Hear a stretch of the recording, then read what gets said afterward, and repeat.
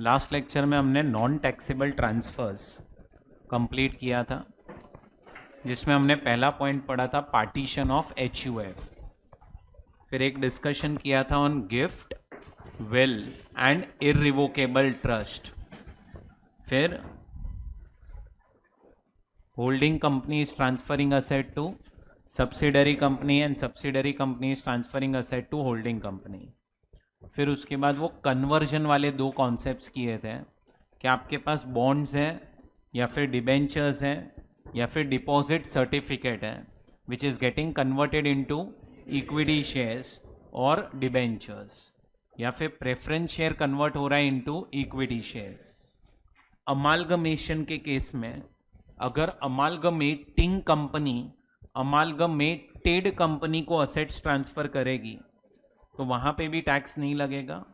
And amalgamation के वक्त अगर आप अमालगमेटिंग के शेयर होल्डर हो और आपके हाथ से अमालगमेटिंग के शेयर्स जाएंगे और अमालगमेटेड के शेयर्स मिलेंगे, यानी से तभी भी आपको टैक्स नहीं लगेगा। एंड लास्ट में एक और कॉन्सेप्ट था कि आप गोल्ड को कन्वर्ट कर रहे हो into EGR, that is electronic gold receipt, या फिर EGR को आप कन्वर्ट कर रहे हो इनटू गोल्ड।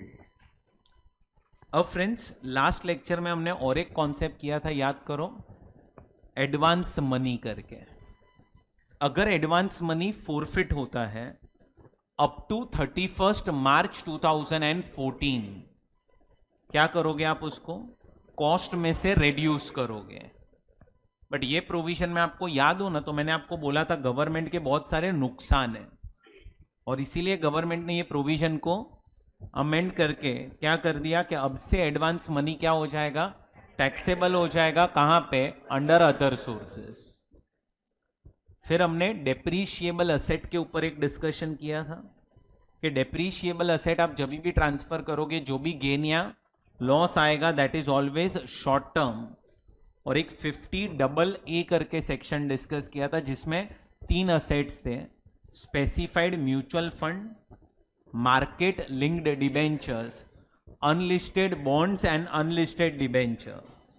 ये 3 असेट्स जब भी आप ट्रांसफर करोगे तो उस पर जो भी आपको गेन या लॉस आएगा that is also short term.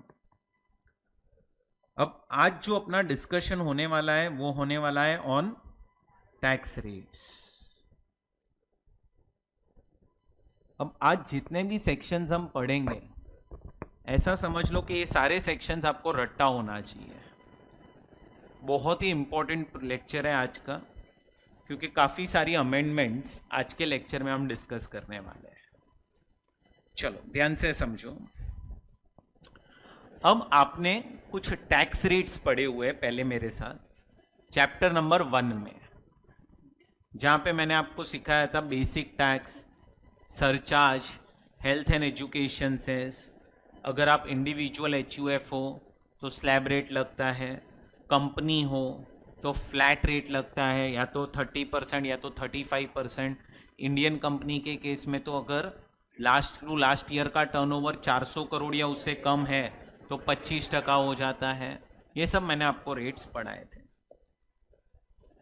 अब जो भी मैंने आपको रेट्स पढ़ाए चैप्टर नंबर 1 में, तुम देखोगे तो वो सारे के सारे टैक्स रेट्स है ना, वो डिपेंड करते कि इनकम कौन कमा रहा है। मतलब क्या? अगर मैं आपको बोलूं बिजनेस इनकम एक सोल प्रोप्राइटर अर्न कर रहा है, मतलब इंडिविजुअल, तो कहने से उसको लगेगा स्लैब रेट। बट अगर बिजनेस एक कंपनी कर रही है तो उसको लगेगा फ्लैट रेट। अगर हाउस प्रॉपर्टी इनकम एक इंडिविजुअल को आ रही है तो slab rate.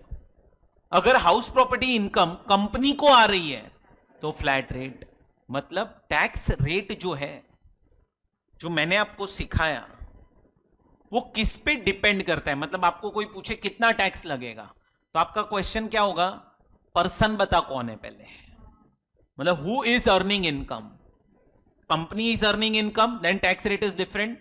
Individual is earning income, then tax rate is different. HUF is earning income, तो टैक्स रेट डिफरेंट है।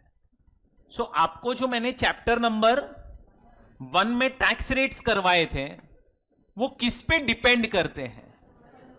कौन इनकम कमा रहा है, हु इज अर्निंग इनकम। तो टैक्स रेट दो पार्ट में डिवाइड होता है।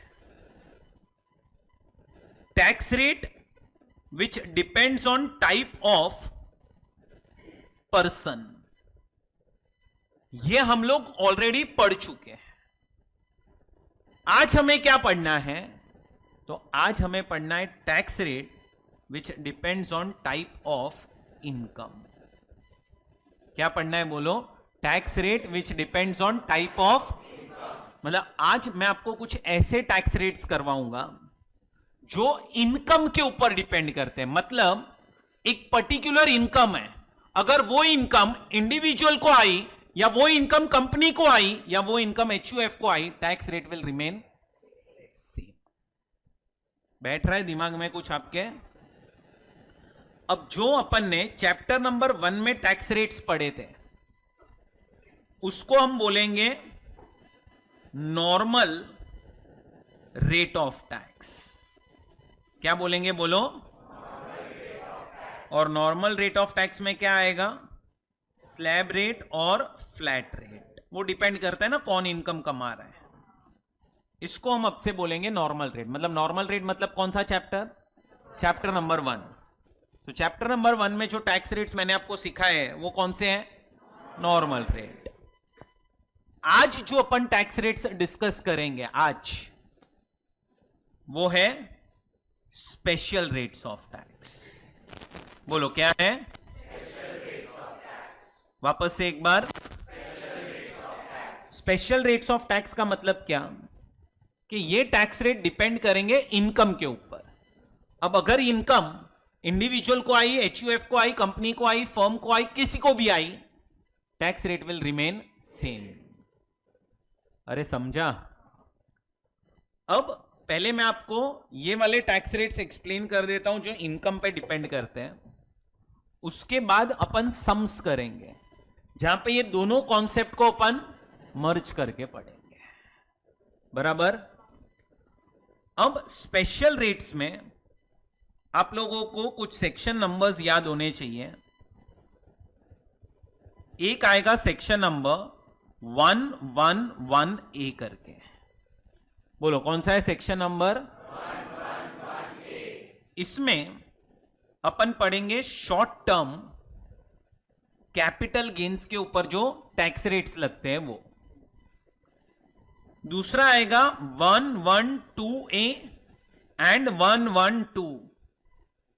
ये दोनों जगह पे हम पढ़ेंगे लॉन्ग टर्म कैपिटल गेन्स के टैक्स रेट्स। एंड एक और सेक्शन पढ़ेंगे जो है 115BB, दैट इज विनिंग्स। अगर आप लोगों को विनिंग्स की इनकम आती है, नाउ अंडरस्टैंड, ये जो इनकम, ये टैक्सेबल पहले तो है अंडर अदर सोर्स। ये हेड में आपको टैक्स नहीं लगता, कैपिटल गेन्स में आपको टैक्स नहीं लगता। आपको टैक्स कहां लगता है, विनिंग्स पे, अदर सोर्स। लेकिन मैं आज क्या कर रहा हूं, जितनी भी जगह पे स्पेशल रेट लगने वाला है ना, वो आज ही कंसोलिडेट करके पढ़ा दूंगा। तो अपन 3 सेक्शंस जो पढ़ेंगे पहले स्टार्टिंग के 111A, 112A एंड 112, ये है अंडर कैपिटल गेन्स। और एक अदर सोर्स का सेक्शन अभी पढ़ा दूंगा, दैट इज विनिंग्स। विनिंग्स मतलब क्या, तो आपको समझो कि लॉटरी विनिंग्स आ गई, या फिर आपने समझो ये हॉर्स रेस चल रहा था और उसमें आपने पैसा लगाया, वहां से विनिंग्स की इनकम आई। सो जो विनिंग्स की इनकम है उसको हम कैजुअल इनकम्स भी बोलते हैं। तो उस पे आप लोगों को टैक्स लगता है अंडर अदर सोर्सेस। समझ में आ रहा है आप लोगों को। तो अपने को अभी ये 4 सेक्शंस पढ़ने हैं, बहुत कुछ है डिस्कशन के लिए, सब ध्यान से समझो। पहले अपन स्टार्ट करते हैं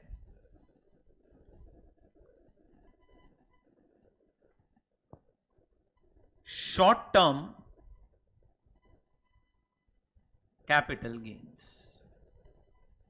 आपको याद है मैंने आपको जब चैप्टर स्टार्ट किया तब बोला था शॉर्ट टर्म और लॉन्ग टर्म में 2 डिफरेंसेस हैं। डिफरेंस नंबर 1, फॉर्मेट अलग है। बट 23 जुलाई के बाद फॉर्मेट सेम हो गया है। एंड दूसरा डिफरेंस, टैक्स रेट्स अलग है। याद आया आपको? अब ध्यान से सुनो। शॉर्ट टर्म कैपिटल गेन में दो पार्ट्स हो जाते हैं। पहले आता है सेक्शन नंबर 111A। कौन सा सेक्शन है बोलो? 111A। अब 111A के अंदर 3 कैपिटल असेट को कवर किया है। तीन असेट कवर होते हैं। असेट नंबर 1, इसमें कवर होता है इक्विटी शेयर्स। बोलो क्या कवर होता है?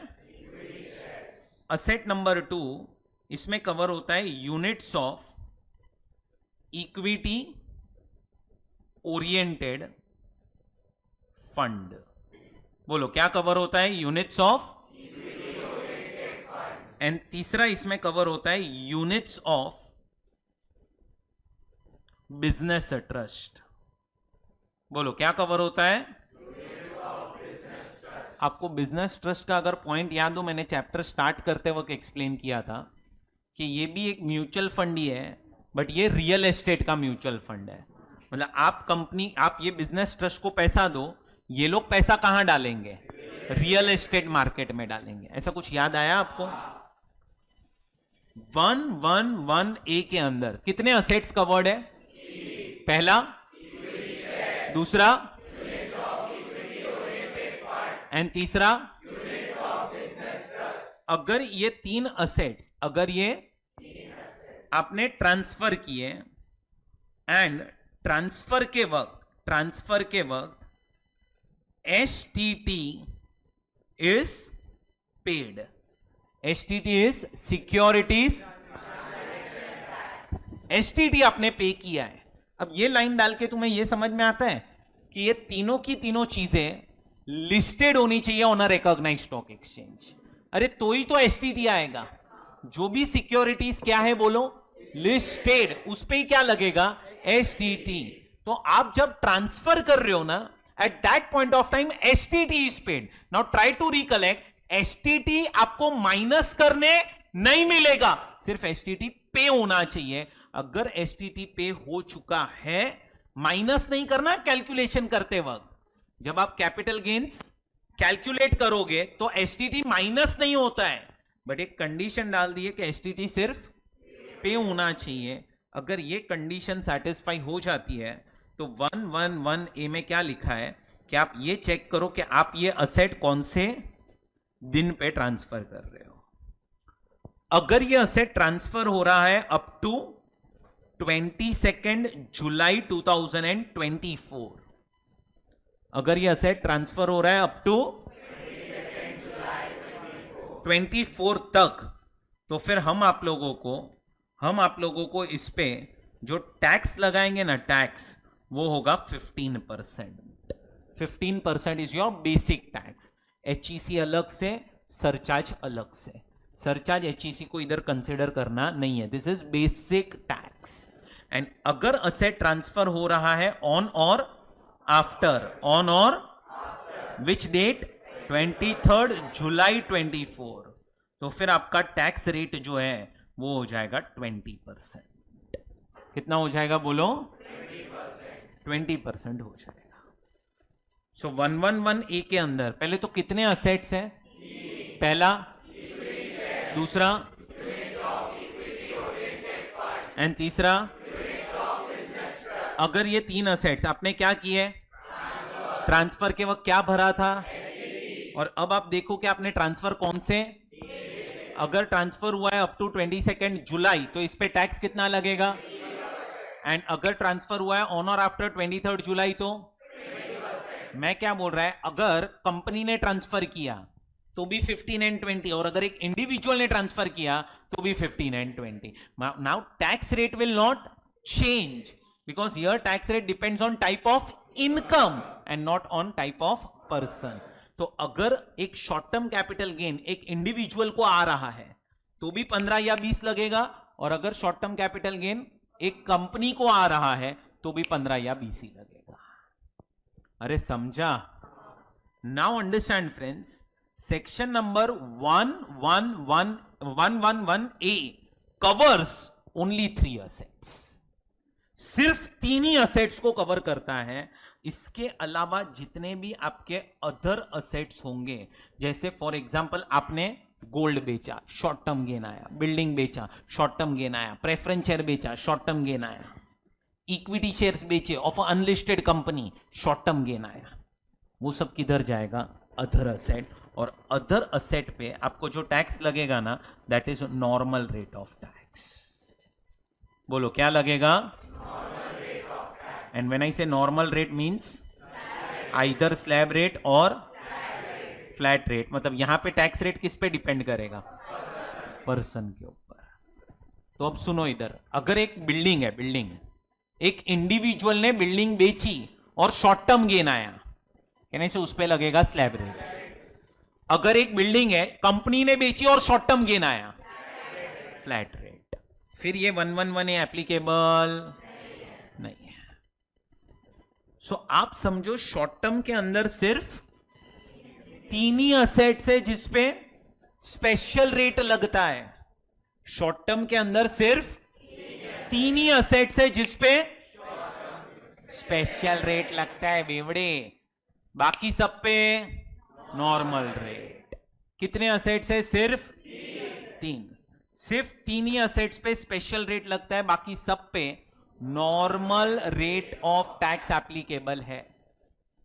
बोलो समझा? ये हो गया शॉर्ट टर्म कैपिटल गेन्स के ऊपर डिस्कशन खत्म। अब अपन जा रहे किसके ऊपर? Long term. लॉन्ग टर्म में मैंने कितने सेक्शंस लिखे थे ऊपर? एक था 112A और दूसरा, अब पहले एक चीज सुन लो, 112A एंड 112 जो है ना, वो सारे असेट्स को कवर कर लेते हैं। मतलब लॉन्ग टर्म कैपिटल गेन में कोई भी ऐसा लॉन्ग टर्म कैपिटल गेन नहीं होगा जिसपे नॉर्मल रेट लगेगा। मतलब जितना भी लॉन्ग टर्म है सब पे स्पेशल रेट ही है। लॉन्ग टर्म में सिर्फ स्पेशल रेट लगता है, शॉर्ट टर्म में सिर्फ 3 असेट्स पे स्पेशल रेट लगता है। अरे सुना मैंने क्या बोला? लॉन्ग टर्म में सब पे special rate and short term में सिर्फ 3 ही असेट्स पे स्पेशल रेट लगता है। बराबर। अब पहले तो अपन 112A पढ़ेंगे। कौन सा पढ़ेंगे? 112A। उसके बाद 112 पे जाएंगे। अगर आपको 112A अप्लाई नहीं हुआ तो आपको 112 के अंदर जाना है। 112 में कब जाना है? 112 में जब 112A अप्लाई नहीं हुआ। बराबर। चलो स्टार्ट करते हैं। अभी ध्यान से समझना, यहां पे थोड़ा डिस्कशन अभी ज्यादा है, पे अटेंशन। अब है ना, वापस से 3 असेट्स में लिखूंगा कि अगर आपके पास कैपिटल असेट में नंबर 1, बोलो क्या है? Equity shares. Number 2, units of equity oriented mutual fund और फंड यू कैन राइट, ठीक है। And third is units of, मतलब जो 3 असेट्स मैंने ऊपर लिखे थे सेम 3 असेट्स में यहां पे लिख रहा हूं। अच्छा, अब एसटीटी जो है ना, एसटीटी लगता तो परचेज पे भी है और सेल पे भी है। अब आपने इक्विटी शेयर्स के केस में एसटीटी पे किया है at the time of purchase also and sale. Units के केस में परचेज के वक्त भरा हो या ना भरा हो, ट्रांसफर के वक्त होना चाहिए। अब मैं आपको सिर्फ थोड़ा प्रैक्टिकली बता दूं, मैंने पहले भी बोला ही है, यूनिट्स हमेशा लिस्टेड ही होते हैं, क्योंकि यूनिट्स में इन्वेस्ट करने वाला कौन है? पब्लिक। अब पब्लिक को बाय करने के लिए क्या नहीं से उनको लिस्ट करना पड़ेगा। तो तुम समझो ये यूनिट्स में भी हमेशा एसटीटी पे होता ही है। समझ में आ रहा है मैं क्या बोल रहा हूं? बट यस, प्रोविजन में क्या लिखा है कि इक्विटी शेयर्स खरीदते वक्त लिस्टेड थे, बेचते वक्त भी लिस्टेड थे। यूनिट्स के केस में खरीदते वक्त लिस्टेड हो या नाउ बेचते वक्त लिस्टेड होने चाहिए। ऊपर आप देखोगे शॉर्ट टर्म में सिर्फ ट्रांसफर के वक्त एसटीटी था, मतलब ट्रांसफर के वक्त ही वो लिस्टेड होने चाहिए थे। इधर इक्विटी शेयर्स के केस में परचेस के वक्त भी लिस्टेड होने चाहिए और सेल के वक्त भी। मतलब समझो एक कंपनी है जो एक प्राइवेट लिमिटेड कंपनी है, फिर वो पब्लिक लिमिटेड बन गई कंपनी, और उसके शेयर्स आपने जब खरीदे थे तब वो प्राइवेट लिमिटेड थी, और जब आप बेच रहे हो तब वो लिस्टेड है। तो शॉर्ट टर्म में वो कवर हो जाता है, लॉन्ग टर्म में कवर नहीं होता है, क्योंकि लॉन्ग टर्म क्या बोल रहा है कि परचेस के वक्त भी लिस्टेड होने चाहिए और सेल के वक्त भी लिस्टेड होने चाहिए। अब अगर ये कंडीशन सेटिस्फाई हो जाती है और आप असेट बेच रहे हो एंड आपको क्या आ रहा है बोलो अभी, लॉन्ग टर्म कैपिटल गेन्स, मतलब अब ये 3 असेट्स बेचने पे आपको लॉन्ग टर्म कैपिटल गेन आया है। ध्यान से सुनना,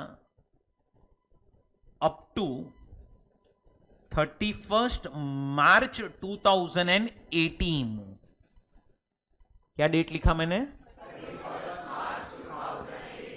2018 तक entire long term capital gain was exempt under section 1038। पूरा का पूरा कैपिटल गेन क्या हो जाता था, एग्जेम्प्ट। कौन से सेक्शन में, 1038 में पूरा एग्जेम्प्ट। मतलब सोचो आपने 1 लाख के इक्विटी शेयर्स खरीदे 2001 में, समझो एग्जाम्पल, एंड तुम्हारे वही शेयर्स की वैल्यू 2015 में 1 करोड़ हो गई। 1 लाख के खरीदे और समझो 1 करोड़ हो गई, 99 लाख का गेन आया, एग्जेम्प्ट, पूरा गेन एग्जेम्प्ट, कोई टैक्स नहीं। आपको याद हो तो चैप्टर स्टार्ट करते वक्त है ना, मैंने आपको बोला था कि सिक्योरिटीज के ऊपर है ना कैपिटल गेन्स में टैक्स बहुत कम लगता है। ऐसा कुछ याद आ रहा है आपको? इसीलिए वो पता है एफआईआई के लिए एक प्रोविजन बनाया था कि एफआईआई को हमेशा टैक्स हम कैपिटल गेन्स हेड में ही लगाएंगे, पूरा गेन एग्जेम्प्ट था।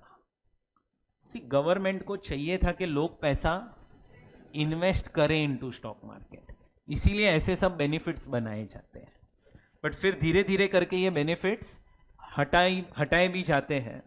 तो इसीलिए अब प्रोविजन क्या है, ऑन और आफ्टर विच डेट, 1 अप्रैल 2018, ये डेट या उसके बाद क्या हो चुका बोलो,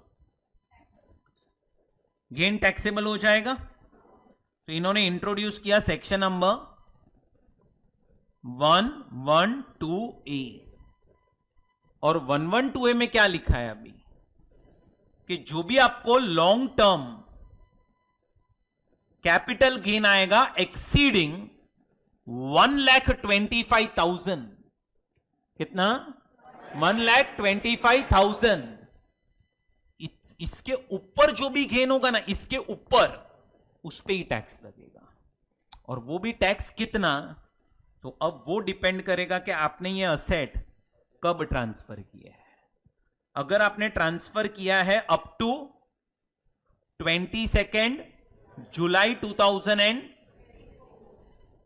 तो हम आपको सिर्फ 10% टैक्स लगाएंगे, एंड ट्रांसफर ऑन और आफ्टर विच डेट, 23 जुलाई 24, हम आपको 12.5% टैक्स लगाएंगे।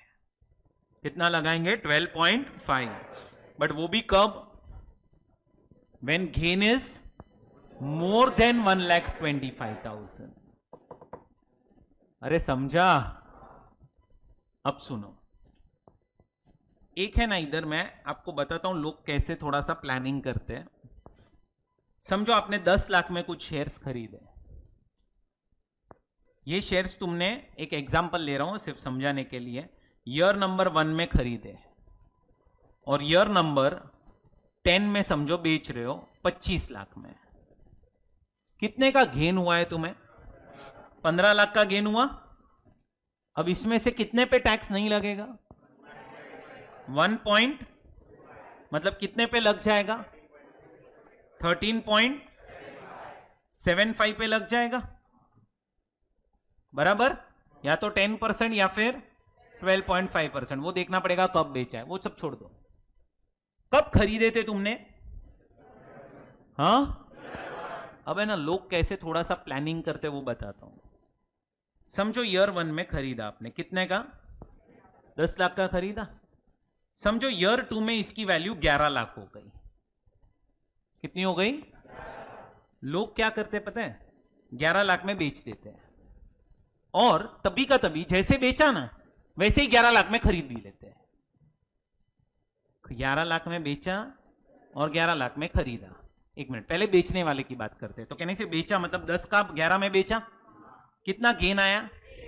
ये गेन तो आपका कहने से ये 1 साल का हो गया, इस पे नो टैक्स, 1 लाख गया नील, और तुमने 11 लाख में इधर ही वापस खरीद लिया, तो अब तुम्हारे पास नए शेयर्स भी आ गए।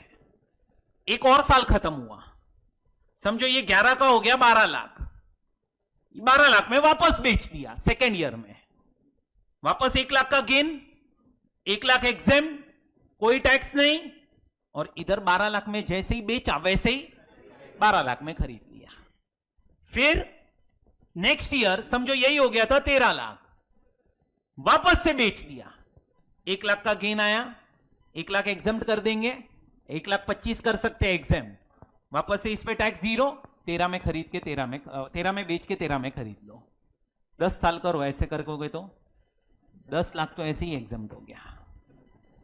अरे यार, जिधर तुम्हारा एग्जाम्शन तुम्हें समझ में आ रहा है, पूरे 15 लाख पे डेट ये 1.25 मिल रहा था, अब समझो 10 साल का गेन तुम्हारा 15 लाख है, और हर साल तुमने प्रपोर थोड़ा थोड़ा बेचना स्टार्ट कर दिया और वापस से खरीदना स्टार्ट किया, तो तुम्हें समझ में आ रहा है 15 में से अब 10 लाख तो ऐसे ही माइनस हो गया तुम्हारा, और तुम्हें टैक्स लगेगा सिर्फ 5 लाख पे।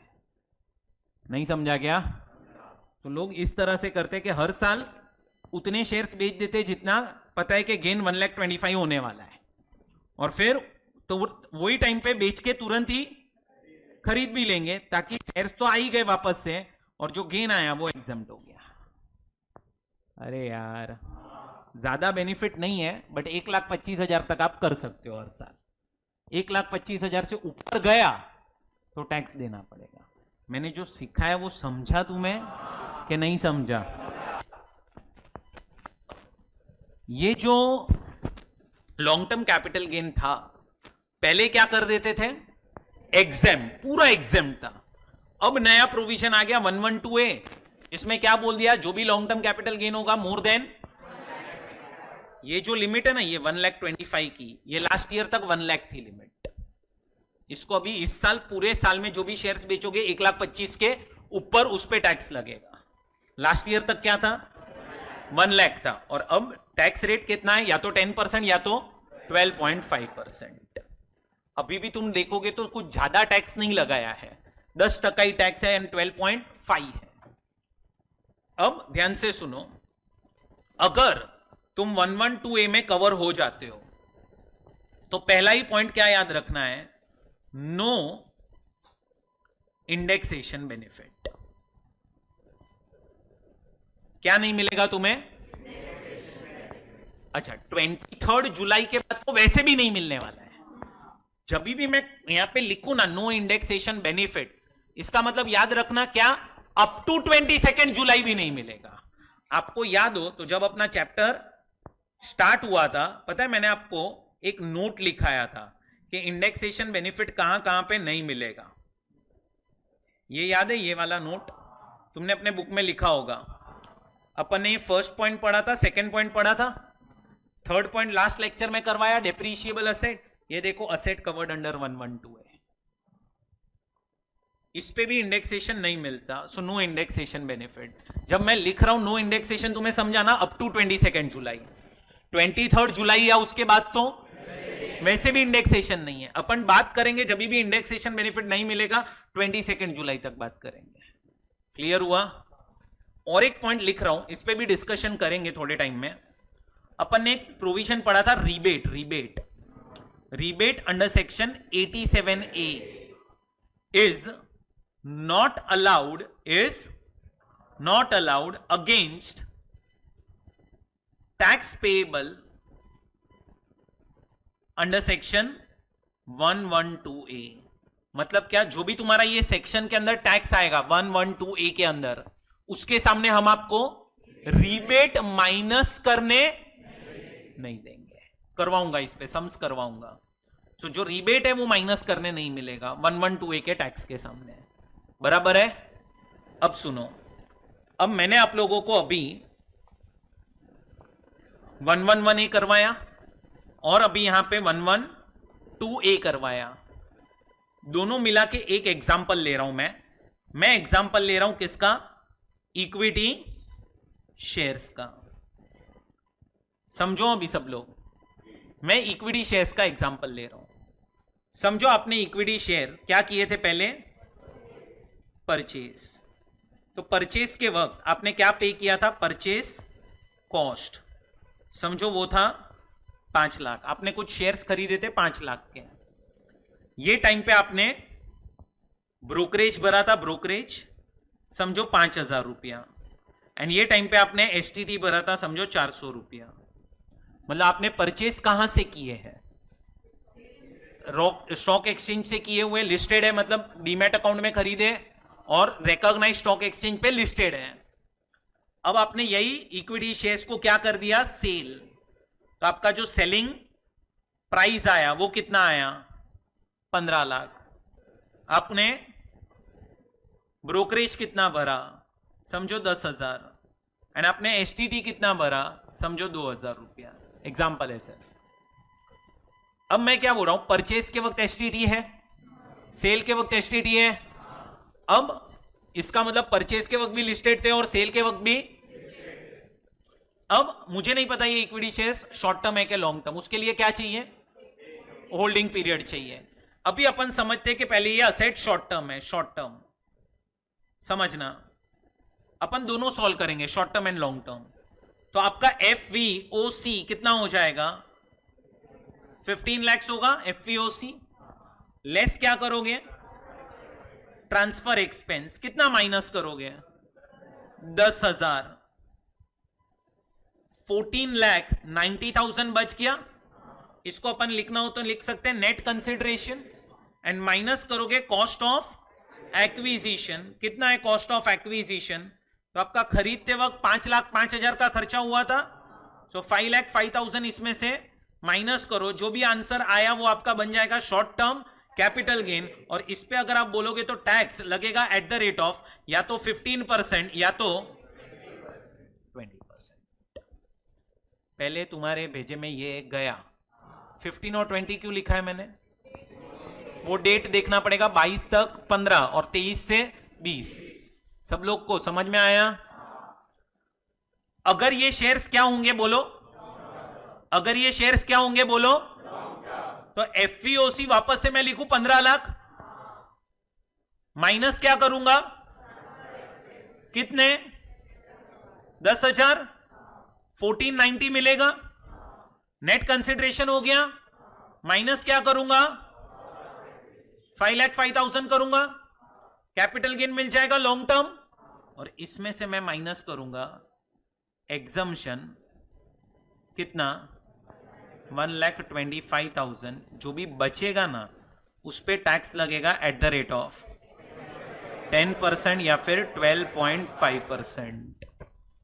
ओए इधर देखो जरा, ये COE माइनस किया मैंने, ICOA नहीं किया, क्यों, इंडेक्सेशन बेनिफिट नहीं मिलता है, नहीं मिलता है इंडेक्सेशन बेनिफिट। सो डिफरेंस क्या आएगा तुम्हें समझ में आ रहा है, इधर जो गेन आएगा ना, इधर वाला गेन, और इधर कहने से 1,25,000 का डिफरेंस होगा बस। नहीं समझा क्या, इधर 1,25,000 मिलता है ना माइनस करने, जो इधर नहीं मिलता। तो आपका आंसर वैसे देखने जाएंगे short term and long term का सेम ही है, सिर्फ वो तो 1,25,000 सेक्शन का लिमिट है, वो अपन माइनस करेंगे बस। तुम्हें ये समझा पक्का, इंडेक्सेशन मिलेगा नहीं। अब ये आपका पहला 112A का पार्ट कंप्लीट हुआ। मेरे को एक और चीज आप लोगों से पूछना है, ये जो अमेंडमेंट हुआ 31 मार्च 18 और वो 1 अप्रैल, ये अमेंडमेंट का अनाउंसमेंट कौन से डेट पे हुआ रहेगा, ऐसा कि 1038 जाने वाला है और 112A सेक्शन आने वाला है, ये लोगों को कौन से डेट पे पता चला होगा? Date, first year 2018। सो इधर मैं लिख सकता हूं 1 Feb 2018 को बजट आया होगा, बजट। ये डेट पे लोगों को पता चला होगा। एक मिनट है, ये डेट तक सेक्शन अप्लाई नहीं होता है ओए। Section is applicable up to 31st March 2018 with section 1038 and 112A is applicable from 1st April। But मैं क्या बोल रहा हूं, लोगों को पता चल गया होगा 1st Feb को। क्या पता चल गया होगा 1st Feb को? कि 1038 का ये लास्ट ईयर है और 112A सेक्शन आने वाला है। ये डेट बस याद रखना, कौन सी? 1st Feb 2018। कहीं ना कहीं अपन आगे यूज करेंगे उसको, अभी नहीं करनी है। बोलो, पहले इतना समझ में आया? अब लॉन्ग टर्म में कितने सेक्शंस थे? पहला और दूसरा। अब अपन ने 112A पढ़ लिया। 112A में कितने असेट्स हैं वापस से? Equity shares, units of equity oriented mutual fund and units of business trust. 3 he assets है वापस से। अब अगर तुम 112A में कवर्ड, अगर तुम 112A में कवर्ड तो आने का 112 के अंदर। 112 में कब आओगे? When you are not covered under 112A। अरे समझा के नहीं? अब 112A जो है ना, 112 जो है 112, इसमें अपने को 2 पार्ट्स पढ़ने हैं। If asset is transferred up to 22nd July 2024, ये फर्स्ट पार्ट है 112 का। अब ध्यान से समझो, 112 ओल्ड प्रोविजन के अंदर there are total 3 parts, 1, 2 and 3।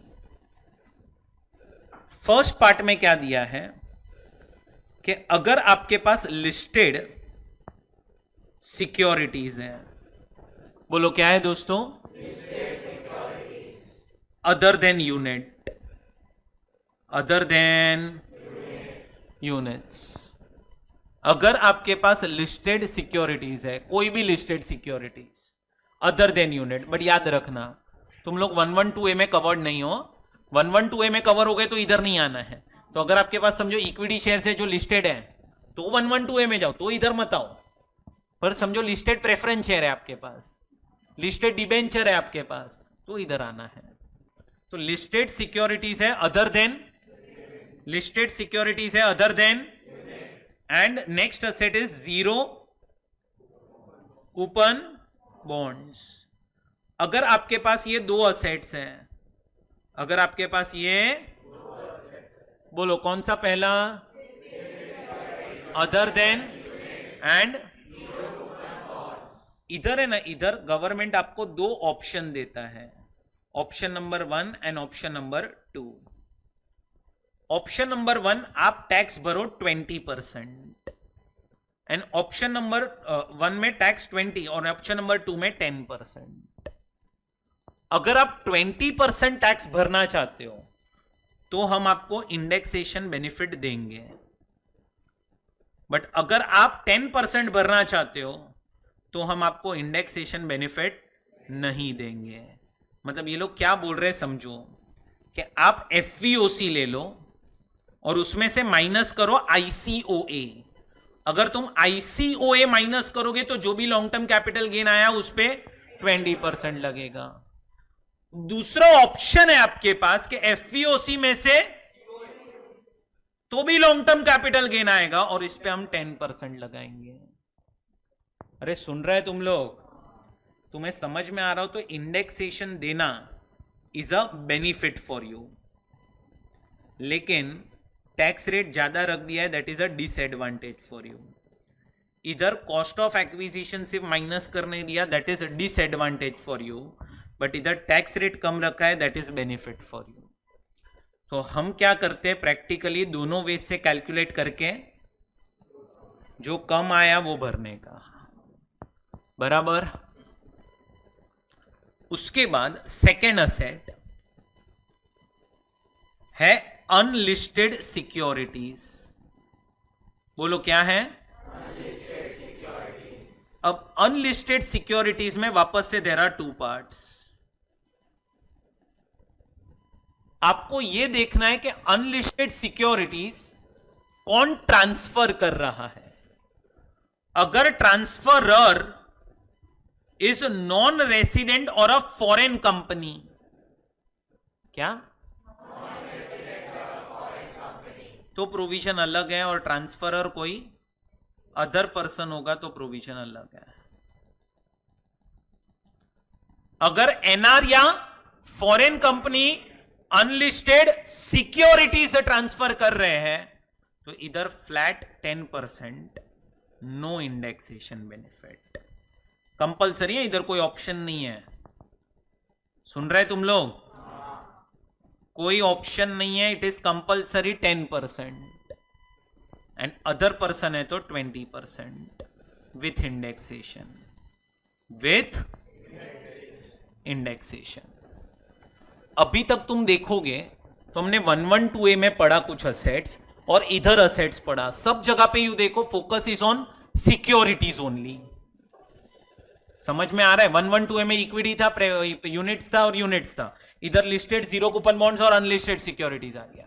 अब इसके अलावा जितने भी असेट बच गए उन सब पे tax rate is 20% with indexation. जैसे अगर हाउस प्रॉपर्टी है, गोल्ड है, सिल्वर है, वो सब किधर जाएगा? अदर असेट्स में। अरे समझा? बट अब इसमें कुछ अमेंडमेंट्स हुई। क्या अमेंडमेंट्स हुई? इफ असेट इज ट्रांसफर्ड कब? ऑन और आफ्टर कब? 23 जुलाई 2024। क्या अमेंडमेंट्स हुई? पहले तो अमेंडमेंट क्या था अपना फॉर्मेट में, क्या अमेंडमेंट हुआ था? हटा दिया इंडेक्सेशन। वो अपने लिए क्या था? बेनिफिट था, मतलब अपने लिए एडवांटेज था कि डिसएडवांटेज? इंडेक्सेशन अपने लिए क्या था? एडवांटेज था ना। अबे अपने लिए तो फायदा था ना इंडेक्सेशन।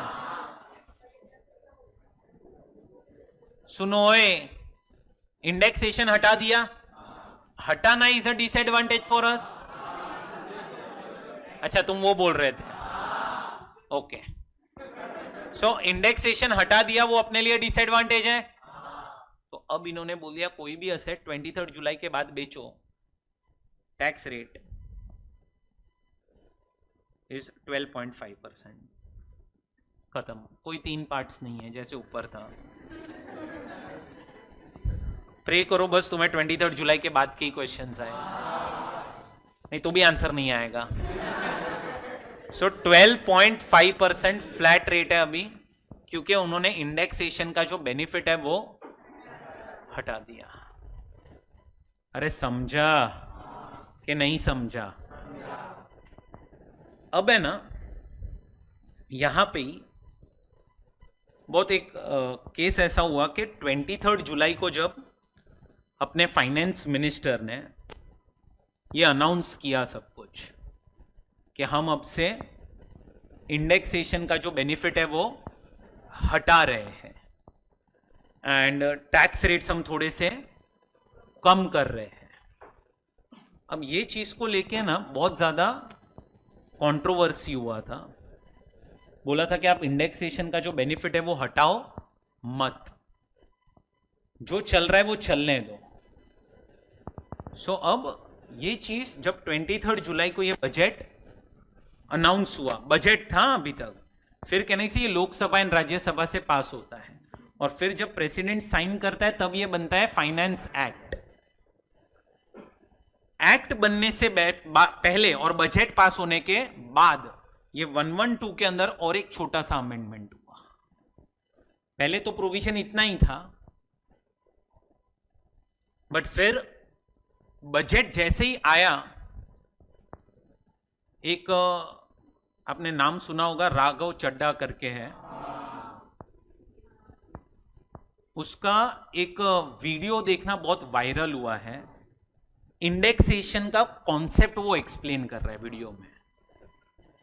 सो आप सिर्फ अगर यूट्यूब पे भी सर्च मारोगे ना तो आपको उसका वीडियो मिल जाएगा जहां पे वो चीजों को एक्सप्लेन कर रहा है विथ एन एग्जाम्पल कि आपको इंडेक्सेशन का बेनिफिट रखना चाहिए था।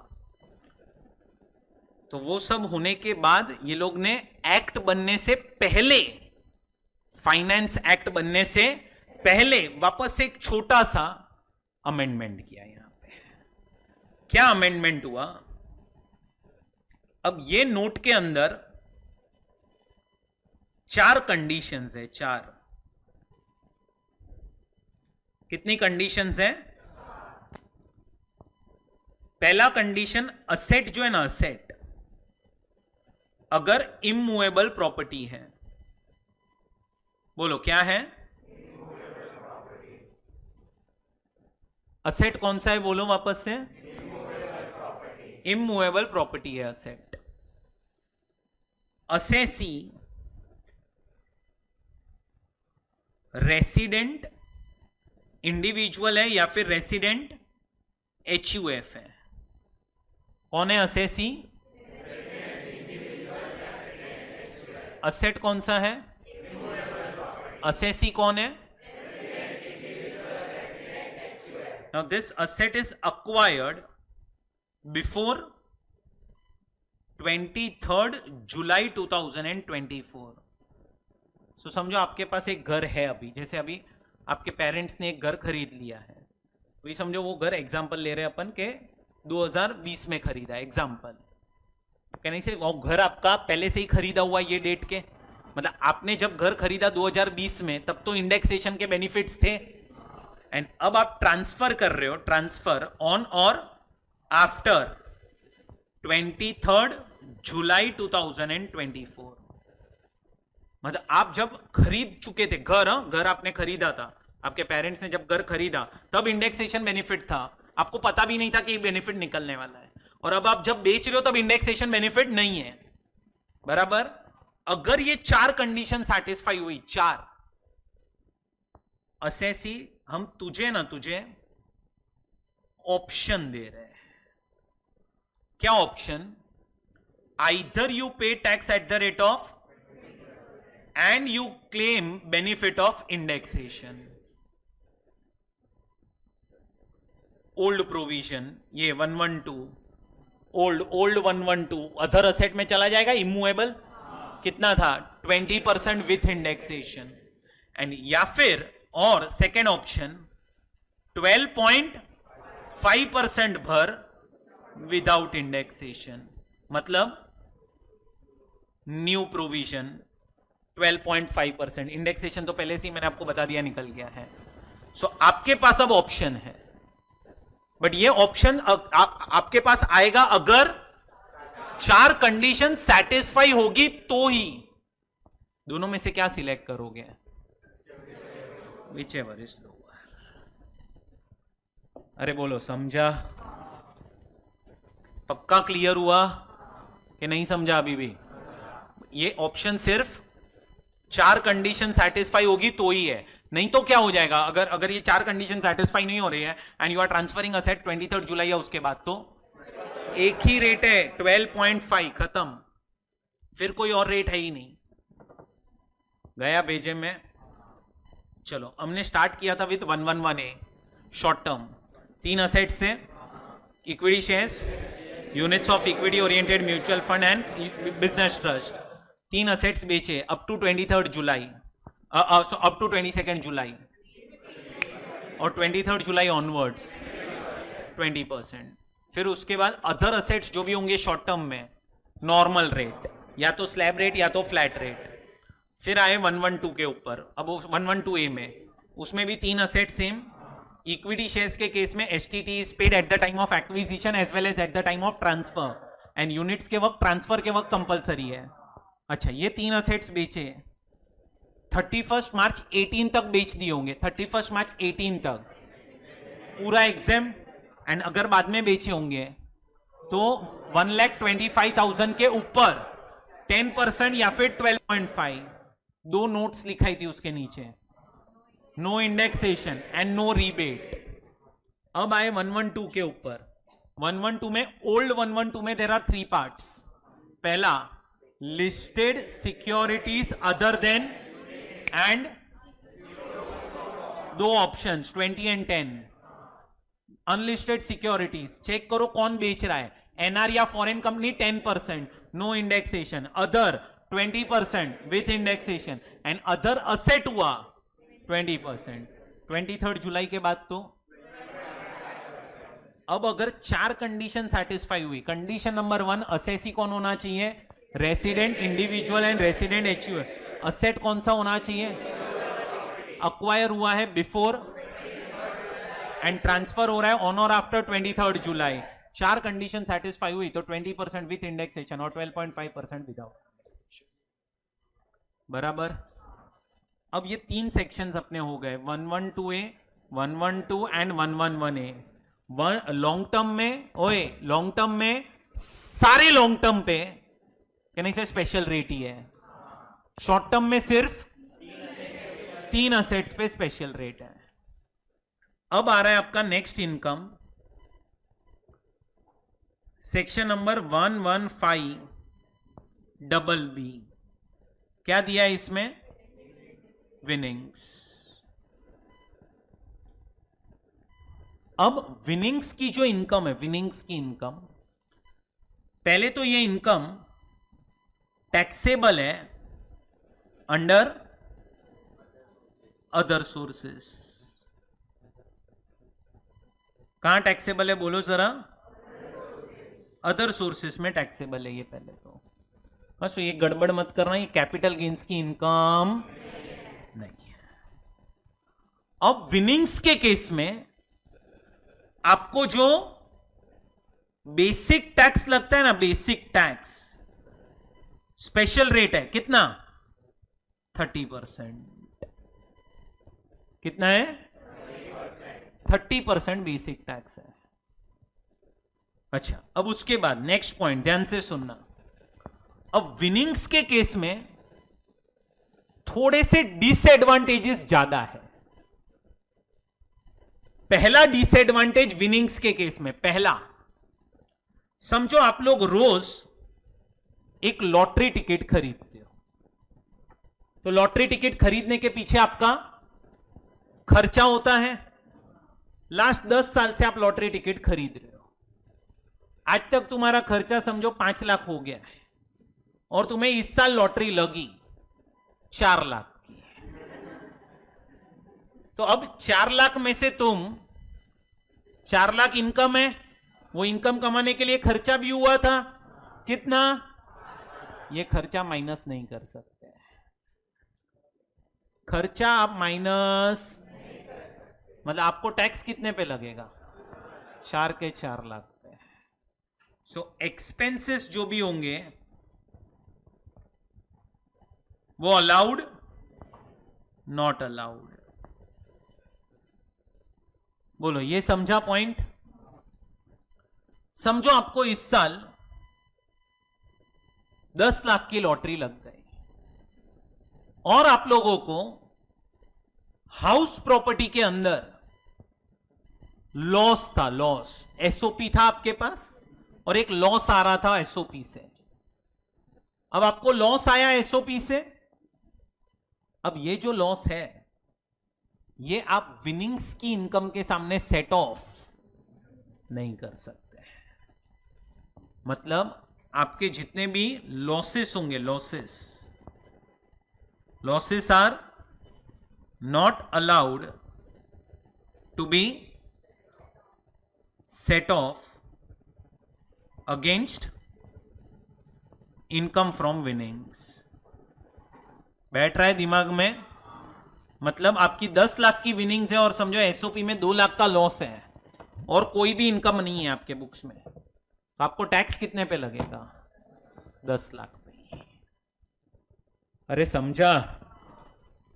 और एक डिसएडवांटेज है, बट अब जो थर्ड डिसएडवांटेज मैं यहां पे लिखने जा रहा हूं, ये डिसएडवांटेज कॉमन है 115 डबल बी में, 112 ए में, 112 एंड 111 ए के अंदर।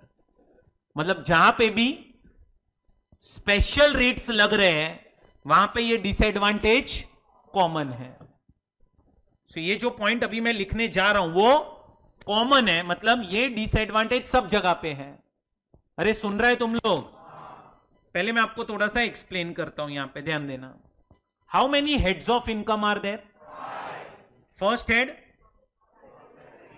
Second head, third head, fourth head, capital gains and other sources. अरे समझ रहा है?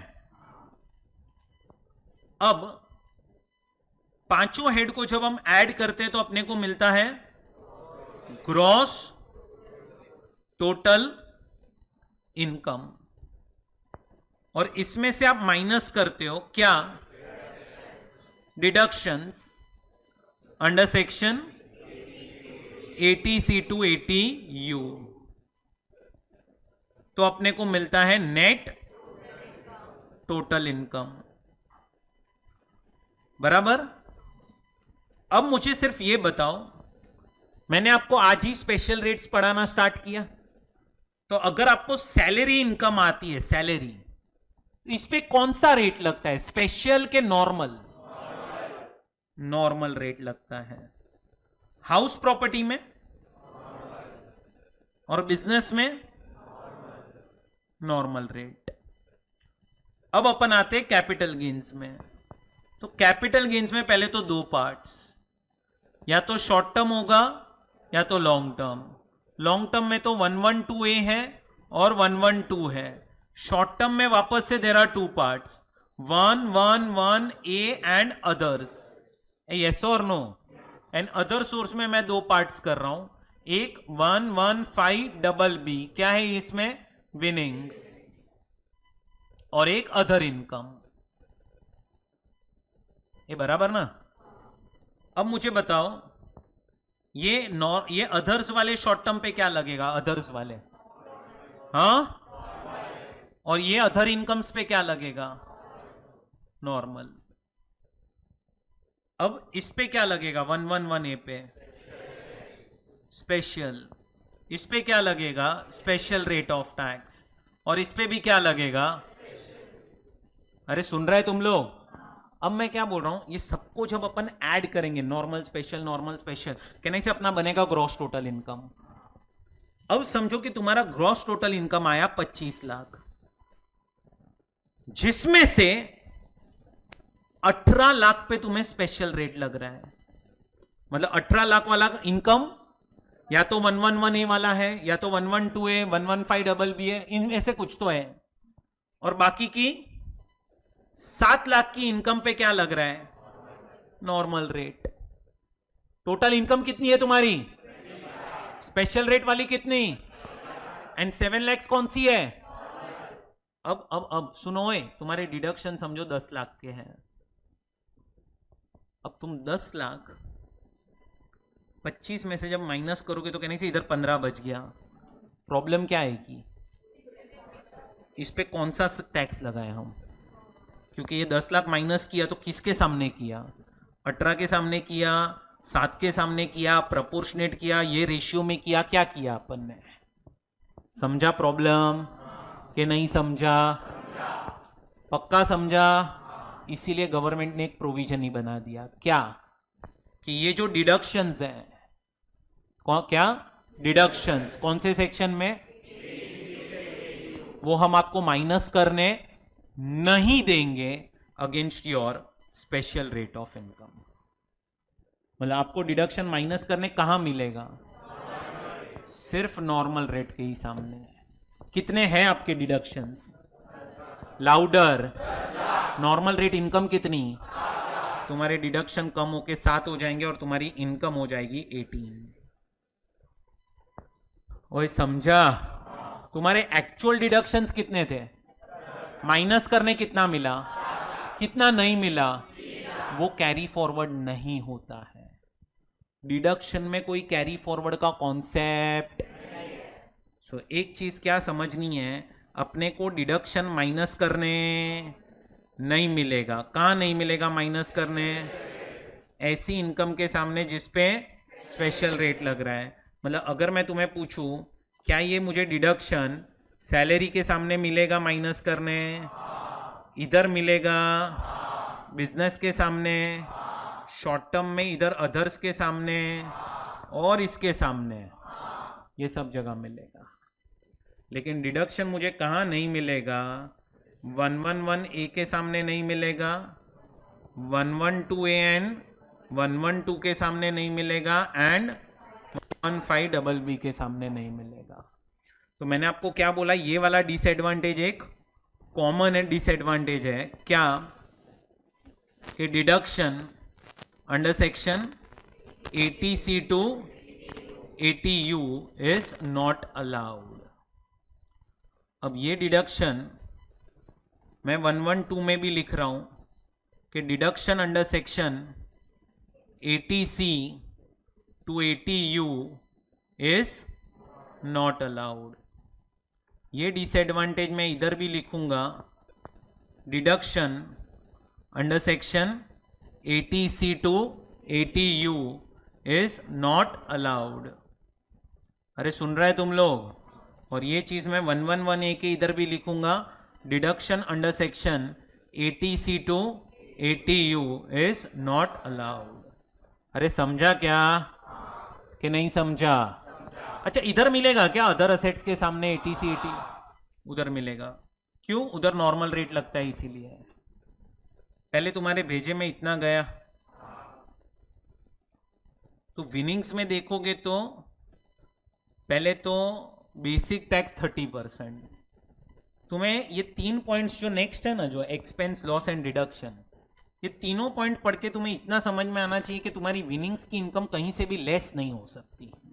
ना खर्चे लेस होंगे, ना दूसरे हेड का लॉस एडजस्ट होगा, ना डिडक्शन। मतलब अगर तुम्हें 1 करोड़ की विनिंग्स आई तो 1 करोड़ पे टैक्स डायरेक्टली। क्लियर? अब मुझे और एक कॉन्सेप्ट सिखाना है, ध्यान से सुनो। और एक कॉन्सेप्ट आ रहा है, बट उसके लिए मैं आप लोगों को एग्जांपल देता हूं। समझो कि पर्सन इज रेसिडेंट एंड उसकी जो एज है वो है 55 इयर्स। ये टैक्स भरने वाला है अंडर ऑप्शनल स्कीम। कहां टैक्स भरने वाला है? चलो, इसकी जो सैलरी इनकम है समझो वो है 3 लाख। इसकी हाउस प्रॉपर्टी हेड से इनकम आ रही है 2 लाख। बिजनेस एंड प्रोफेशन से इनकम है इसकी 4 लाख। फिर इसका शॉर्ट टर्म कैपिटल गेन आ रहा है under section 111A, that is equity shares इसने कुछ बेचे हैं, बराबर। ये आ रहा है 4 लाख।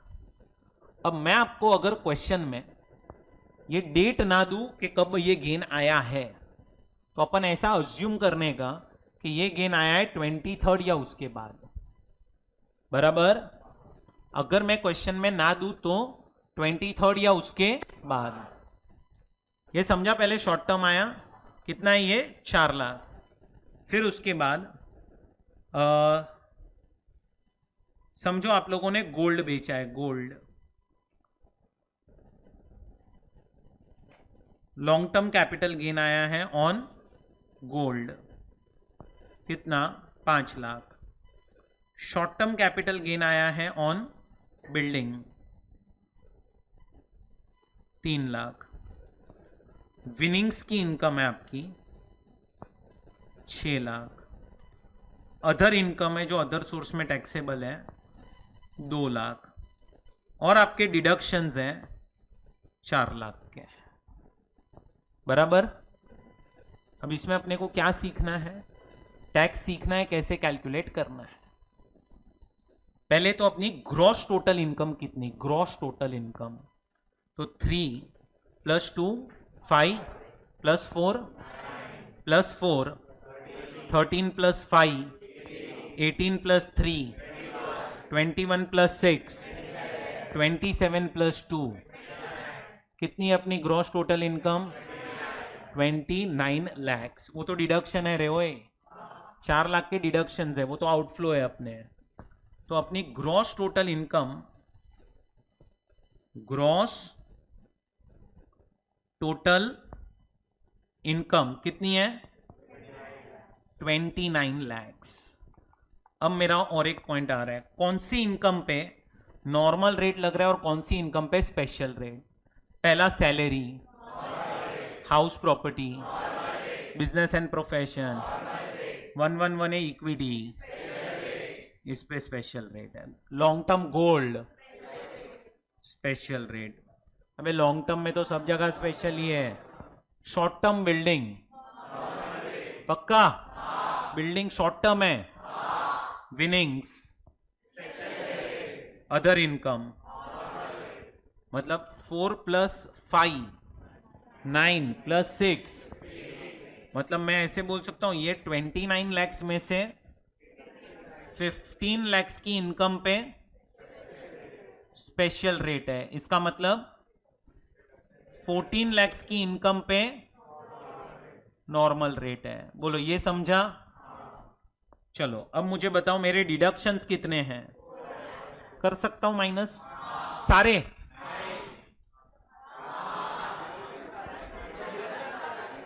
सारे डिडक्शंस माइनस कर सकता हूं। क्यों कर सकता हूं? 14 लाख से नॉर्मल रेट, तो ये डिडक्शन तुम्हें समझ रहे हैं ना? 15 के सामने नहीं कर रहा हूं एडजस्ट, 14 के सामने कर रहा हूं। कितना बच गया? इसको हम क्या बोलेंगे? अब इसके अंदर कौन सी इनकम इंक्लूडेड है? कंफर्म स्पेशल रेट वाली तो है ही। तो अब हम क्या करेंगे, ध्यान से समझो। अब इसमें से पहला पार्ट 111 ए, कितनी थी 111 ए वाली इनकम? है ना वो 4 लैक्स इंक्लूडेड। फिर आएगी 112 गोल्ड, गोल्ड कितना था? 5 लैक्स। 115 डबल बी कितना? एंड अब बचा हुआ इनकम कितना? Other income. बोलो 10 लैक्स होगा ना? अबे 4 जब 14 में से गया तो बचा 10 ना, तो 10 पे क्या लगेगा? Normal rate. समझा? अब इस पे टैक्स निकालो, कितना टैक्स लगाना है? 111 ए 23 जुलाई के बाद 20%। 112 हाँ 115 डबल बी, इधर तो कोई अमेंडमेंट नहीं हुआ है, और इस पे लग जाएगा। सर ये कैसे पता चला स्लैब रेट? कौन था ये असेसी? कौन था? इंडिविजुअल था, इसीलिए कहने से यहां पे स्लैब रेट आ जाएगा। अब 4 लाख पे 20% आप निकालोगे तो कितना आएगा? 80,000। सुन रहा है? पक्का? 5 लैक्स पे 12.5% 62,500। 6 लाख पे 30% 1,80,000। एंड इधर आ जाएगा 1,12,500। 10 लाख है ना? चारों को ऐड करोगे तो क्या मिल जाएगा? क्या मिल जाएगा? अब रिबेट के लिए अपनी इनकम होनी चाहिए लेस देन और इक्वल टू, अपनी इनकम कितनी है? 25 लाख। रिबेट मिलेगा। सरचार्ज के लिए इनकम होनी चाहिए मोर देन, अपने को सरचार्ज भी लगेगा, तो क्या लगेगा? यह आ गया टोटल टैक्स। कैसे निकालना है टैक्स? समझ में आया कि नहीं समझा? पक्का? अब मुझे और एक कॉन्सेप्ट एक्सप्लेन करना है। अब मैं दूसरा एग्जांपल दे रहा हूं। Person is resident, age is 45 years।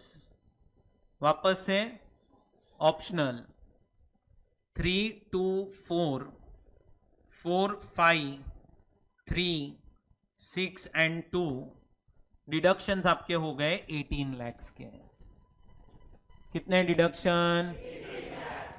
मैंने कोई चेंज नहीं किया है, सिर्फ एक ही अमाउंट चेंज किया है। क्या मतलब? स्पेशल रेट वाली इनकम अभी भी सेम ही है, सारी सेम ही है।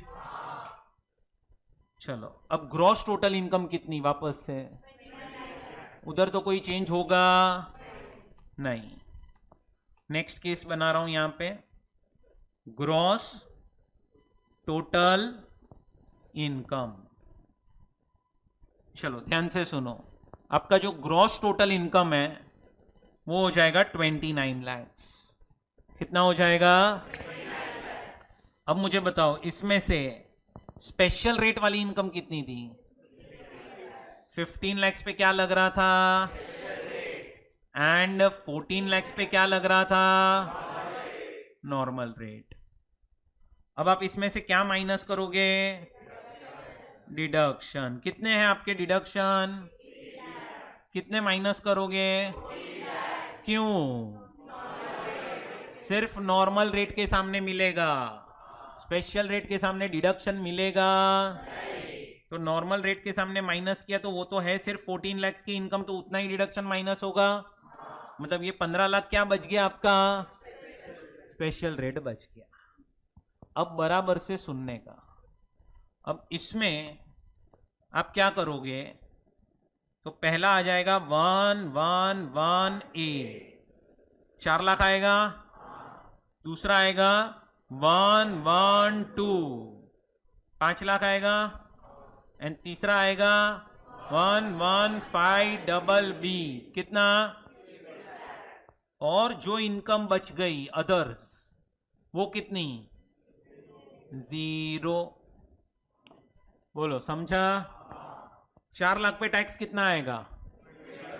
5 लाख पे, 6 लाख पे, बराबर। अब सुनो, शांति से समझना मैं क्या एक्सप्लेन कर रहा हूं। तुम्हारा इधर कुछ तो टैक्स आएगा अमाउंट टर्म्स में। एक एग्जांपल ले रहा हूं ऐसे ही समझने के लिए। समझो 2 लाख आया, अभी 2 लाख आया, ये करके सब मिला के 2 लाख, एग्जांपल है सिर्फ। अब मुझे बताओ, अगर मैं अभी टैक्स कैलकुलेट कर रहा हूं और वो 2 लाख आ रहा है, और समझो वो लास्ट में जो नील दिख रहा है ना, नील, उसके बदले उधर 2.5 lakhs होता है, 2.5 lakhs, और मैं टैक्स कैलकुलेट करने बोलूं तो कितना आएगा? अभी 2 लाख आ रहा है और उधर 2.5 लाख ने बोलूं तो कितना आएगा? 2 लाख ही आएगा वापस से। अरे हाँ या ना? ये 3 अमाउंट सेम। अभी उधर नील है, अभी ध्यान समझो टैक्स 2 लाख आया, उधर मैं बोलूं 2.5 लाख रख, और टैक्स निकाल कितना आ रहा है? पक्का सेम आएगा। क्यों? क्योंकि 2.5 लाख अपना बेसिक एग्जम्पशन लिमिट है। अच्छा, क्या हर बार बेसिक एग्जम्पशन लिमिट 2.5 लाख ही होता है? डिपेंड करेगा वो। ऑप्शनल में इट कैन बी 2.5, 3 और 5, एंड डिफॉल्ट में इट इज ऑलवेज 3। सब लोग, इसका मतलब मेरी जो अदर इनकम है, जिसपे मुझे क्या लगना चाहिए?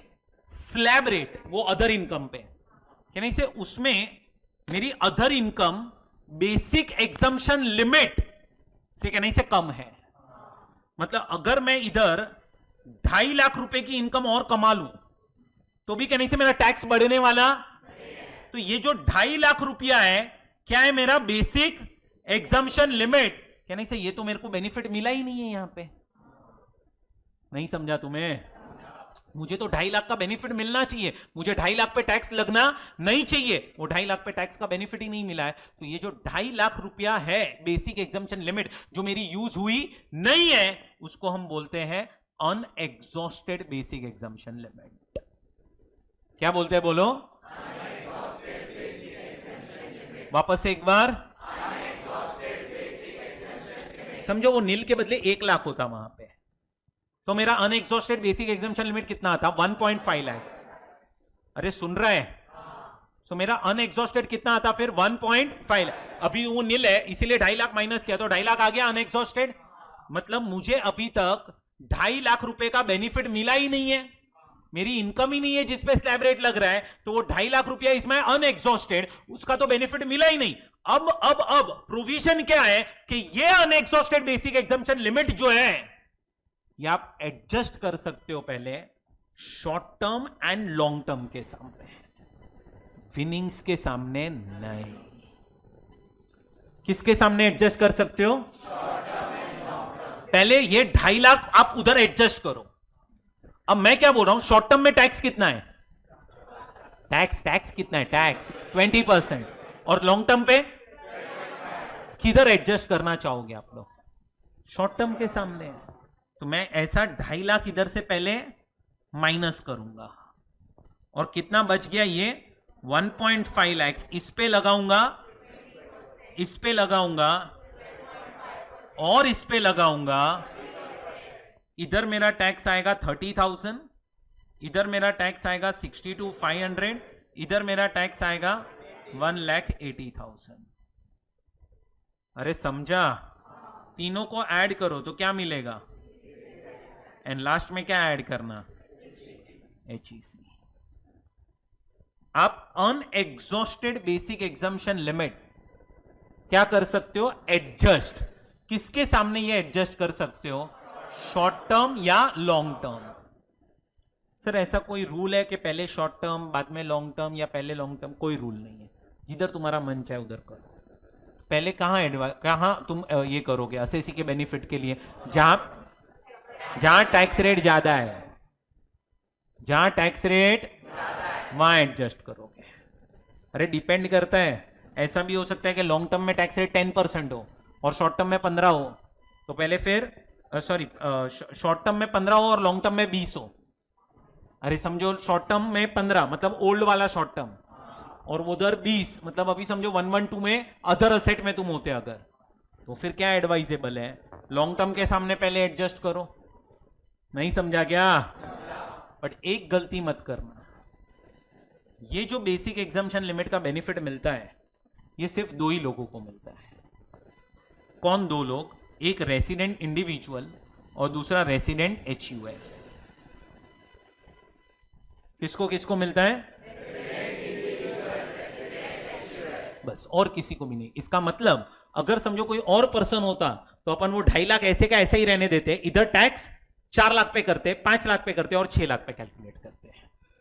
ये एडजस्ट करने जो मिला वो किसको मिला? Resident individual and resident HUF। अरे बोलो समझा कि नहीं समझा? तो यहां पे विनिंग्स में और एक डिसएडवांटेज मैं ऐड कर रहा हूं। क्या? अनएग्जॉस्टेड बेसिक एग्जम्पशन लिमिट जो है वो अलाउड नहीं है। अनएग्जॉस्टेड अलाउड कहां पे? विनिंग्स में। अच्छा, ये अनएग्जॉस्टेड का बेनिफिट किसको मिलता है? 2 ही लोगों को मिलता है। समझा कि नहीं समझा?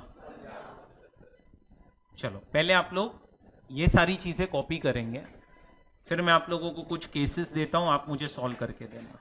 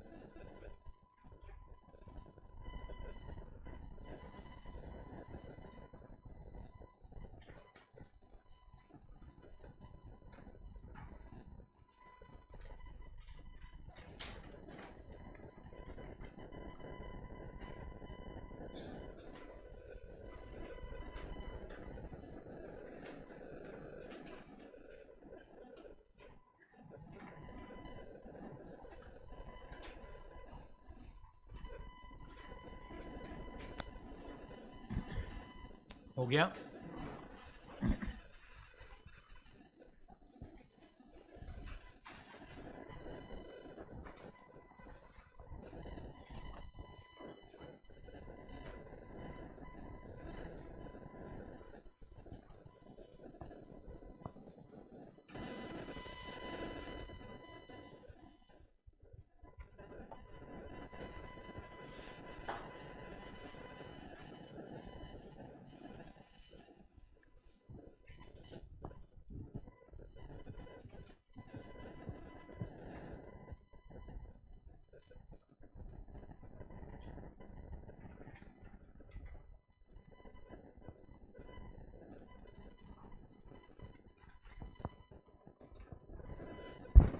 हो गया?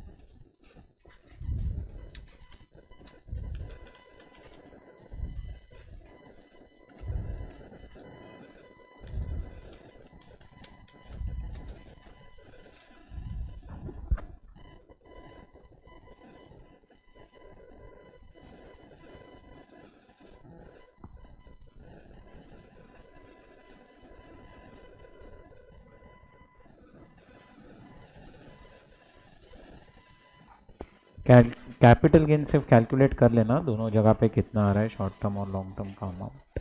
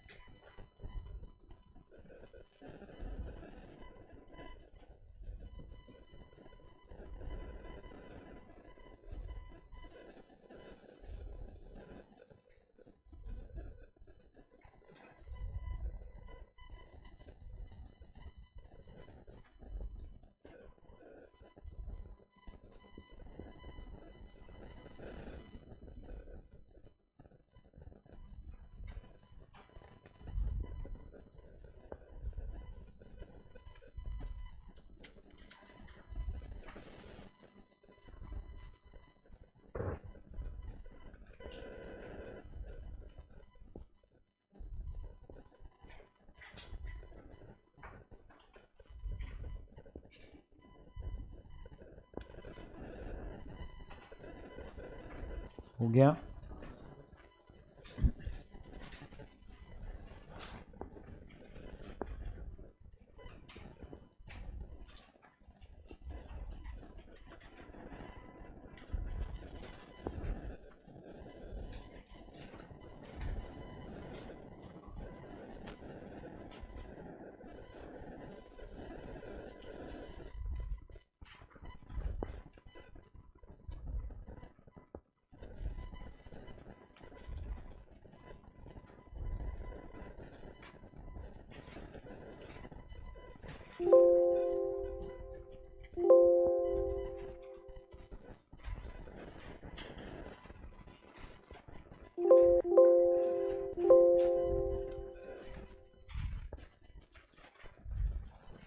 डन.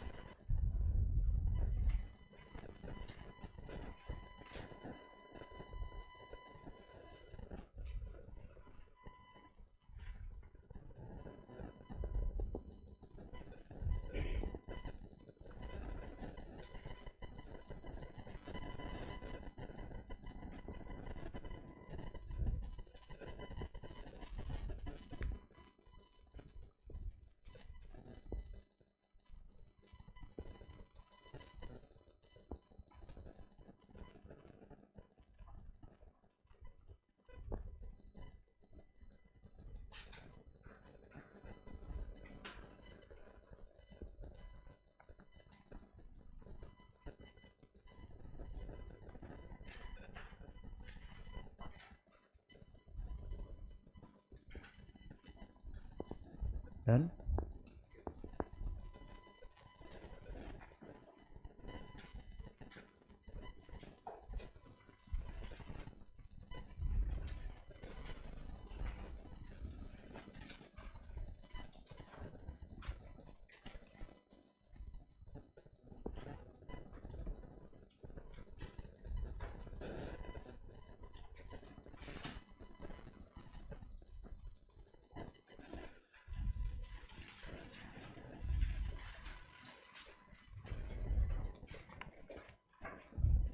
इसमें और 2 केसेस मैं ऐड कर रहा हूँ, वो आप लोग सॉल्व करोगे.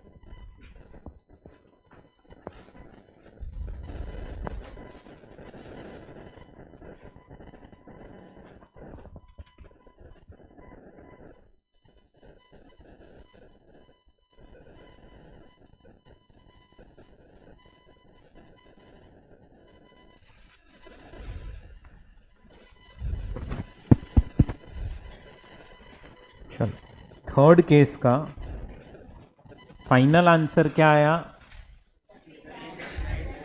3,02,000 HEC ऐड करने के बाद. आया सबका? नेट टोटल इनकम कितनी आई? Net total income 19 lakhs। कितना आ रहा है नेट टोटल इनकम आपका विनायक? नेट टोटल इनकम पूछ रहे हैं।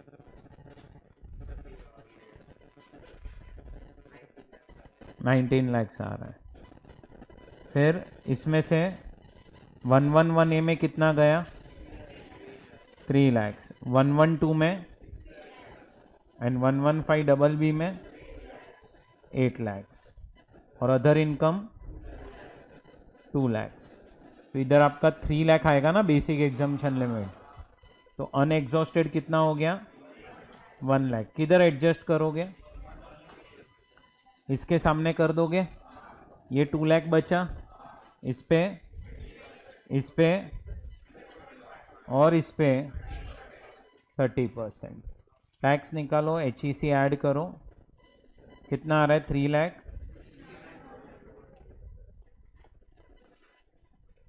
आया सबका? किसी को कुछ डाउट?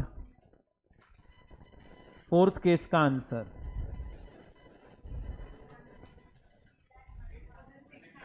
3,01,600।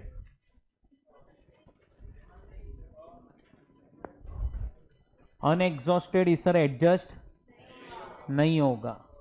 क्यों नहीं होगा? क्योंकि वो नॉन रेसिडेंट है, इसीलिए। चेक करो ये आंसर आ रहा है 3,01,600।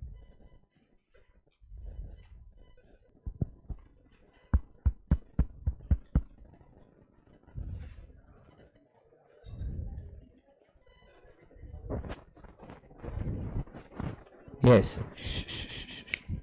आया ये? अरे समझा आप लोगों को? इधर ध्यान दो सब लोग।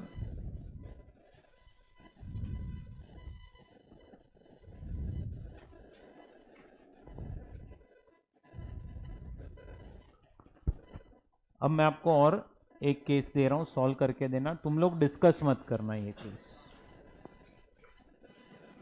Person is mister A, resident, 87 years age है। एक ही इनकम आ रही है उसकी, इनकम फ्रॉम विनिंग्स 4 लाख रुपया। कंप्यूट टैक्स पेएबल अंडर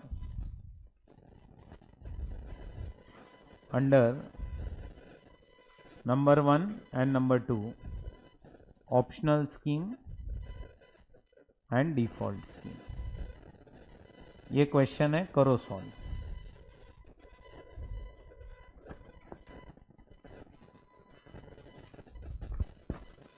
आया आंसर? मुझे सिर्फ फाइनल आंसर चाहिए, optional and default. Raise your hands. हाँ, दोनों में। ओके, 124,800, 124,800। इसके अलावा कोई आंसर? हाँ, नील एंड नील। इसके अलावा कोई? जूम पे जो लोग हैं, कोई डिफरेंट आंसर हो तो आप चैट बॉक्स में लिख दो। तुम्हारे बीच में डिस्कशन नहीं।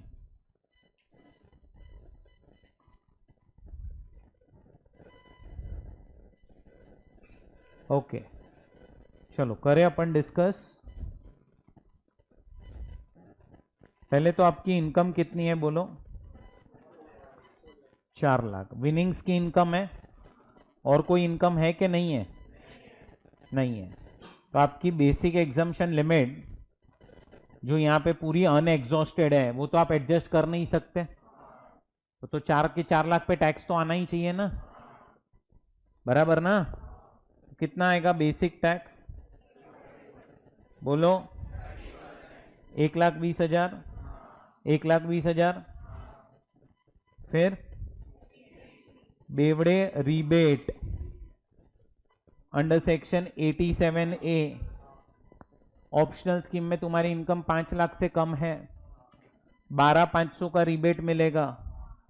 डिफॉल्ट स्कीम में तुम्हारी इनकम 7 लाख से कम है, 25,000 का रिबेट मिलेगा। तुम्हारा इधर फाइनल आंसर 1,07,500 आएगा, इधर आएगा 95,000। Add health and education cess 4%, 4%। Final answer check करो कितना आ रहा है, 1,11,800 एंड 98,800 बराबर। रिबेट क्यों माइनस नहीं किया तुम लोगों ने?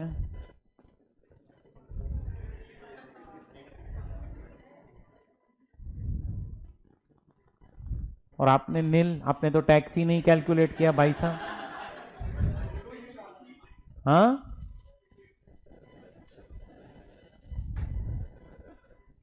टैक्स 30% है, रिबेट 12,500 का है।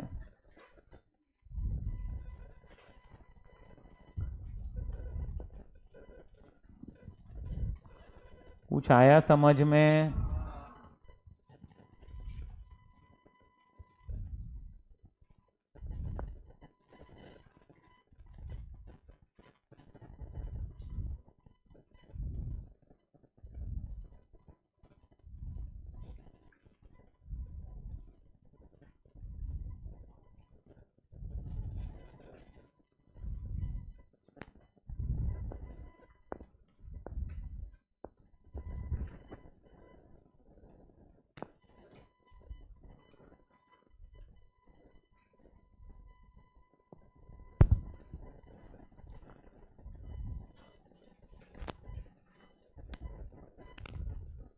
चलो और एक सम।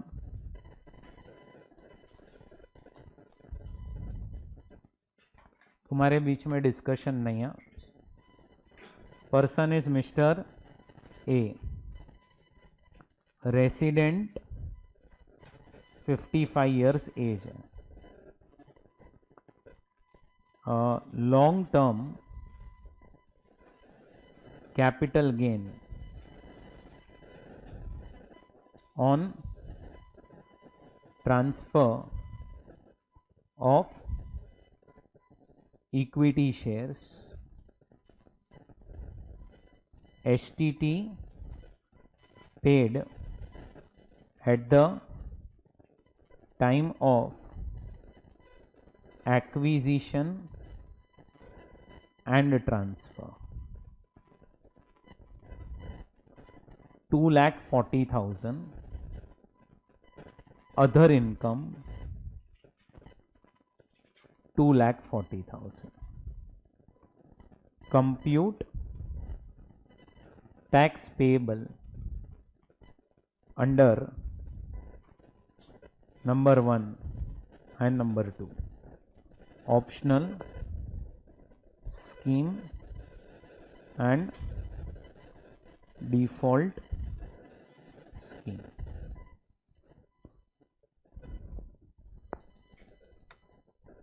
Optional scheme and default scheme.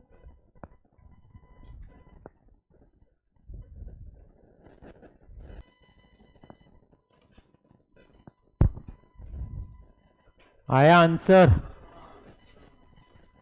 चलो बताओ, ऑप्शनल एंड डिफॉल्ट में क्या क्या फाइनल आंसर्स है? चलो हाँ, 13650, 7150। इसके अलावा कोई आंसर्स हो तो? हाँ,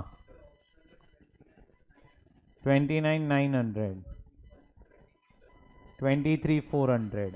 हाँ, लास्ट बेंच 125, 6875।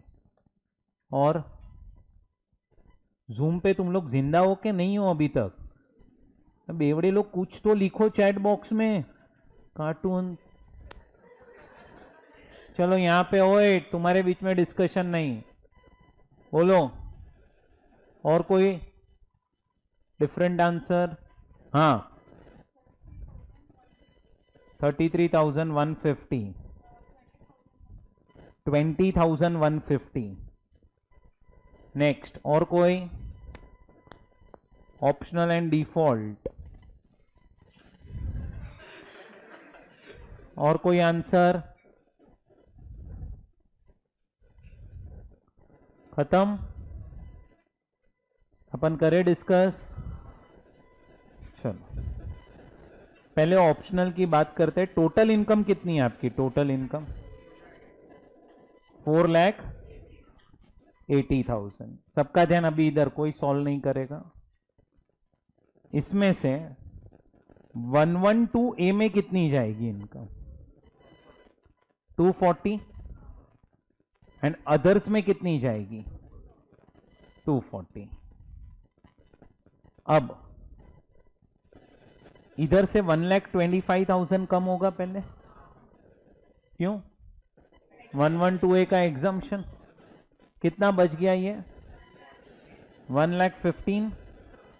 इधर आपका 2.5 लाख रुपया कम हो जाएगा, तो 10,000 अनएग्जॉस्टेड। ये 10,000 आप इधर एडजस्ट करोगे, कितना बच गया? 1,05,000। इस पे 12.5% टैक्स, कितना आ रहा है?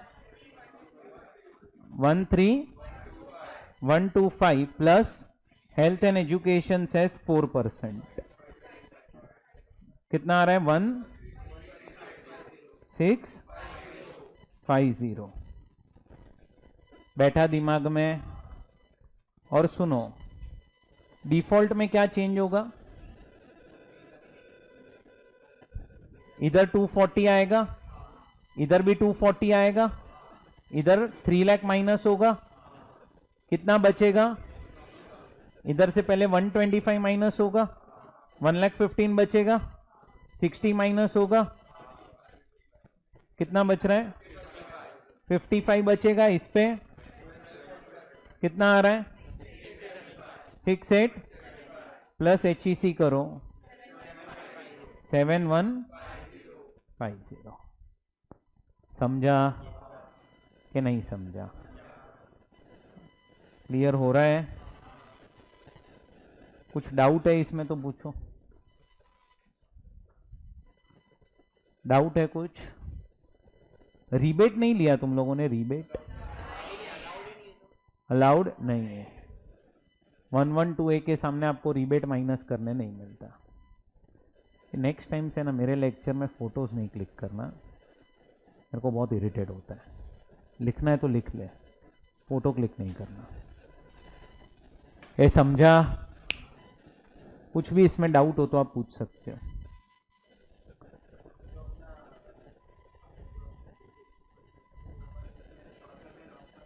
कहीं पे भी एडजस्ट कर सकते हो।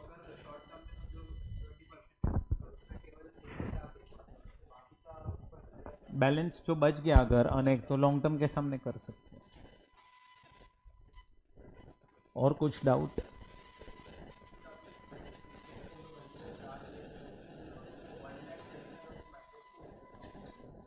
वो 112 वाला था, ये 112A वाला है। वो 112 में था और वो गोल्ड के ऊपर लॉन्ग टर्म था। ये तो 112A में आपको एग्जम्पशन मिलता है 1,25,000 का। और कुछ डाउट?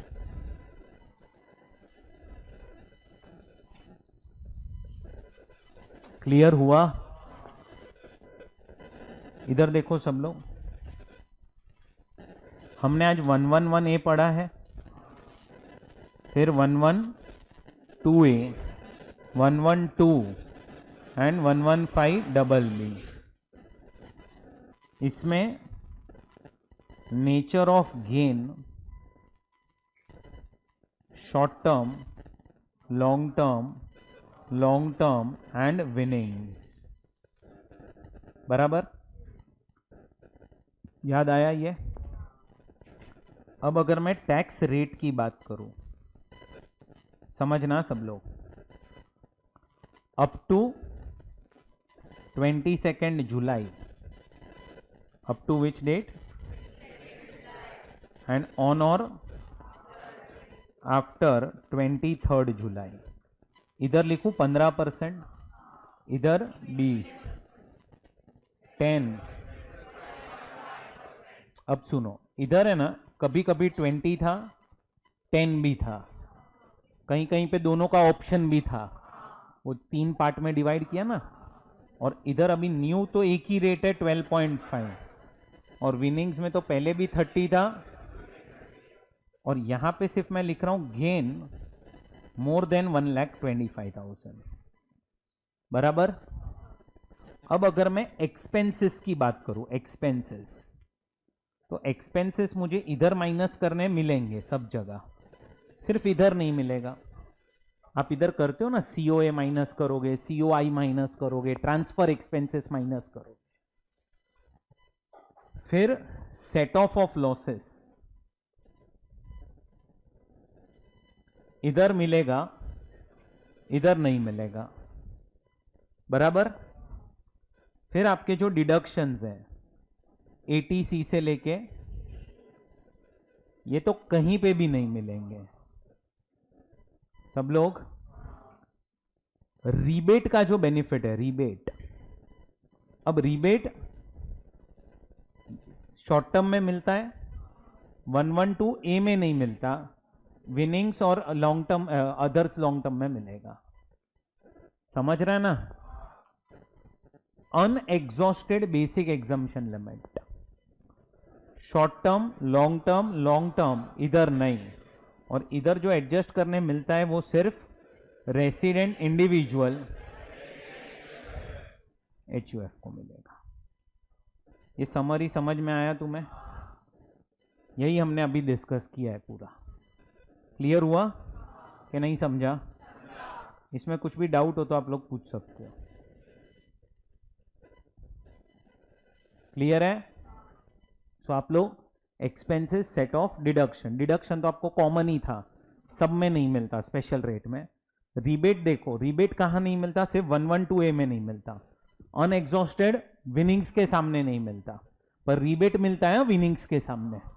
रिबेट मिलेगा, और मिलेगा ये अपना अनएग्जॉस्टेड सबको मिलेगा, सिर्फ रेसिडेंट इंडिविजुअल एंड एचयूएफ को मिलेगा, और सब में मिलेगा, शॉर्ट टर्म लॉन्ग टर्म में, विनिंग्स में नहीं। रिबेट देखोगे तो विनिंग्स में मिलता है, 112A में नहीं मिलता। ओए क्लियर? तो ये आप लोगों को नोट करना हो तो कर लीजिए समरी।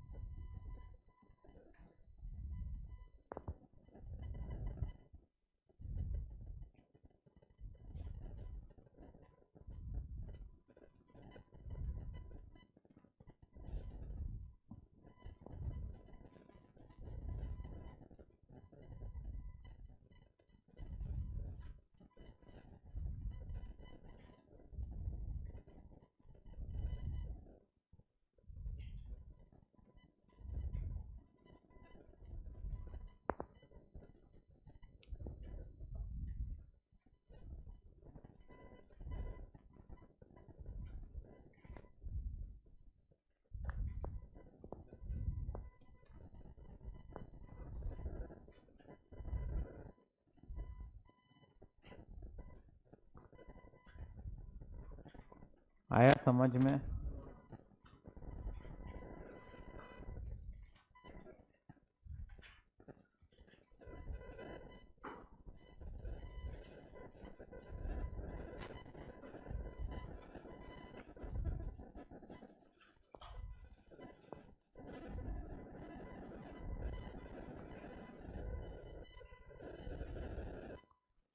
चलो अब यहाँ पे ध्यान दो।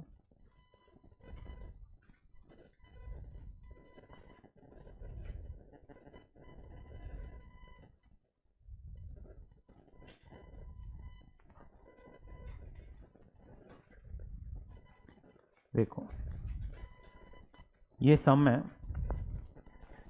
अब ये सम में टोटल 4 केसेस तुम्हें दिए हुए हैं, बराबर।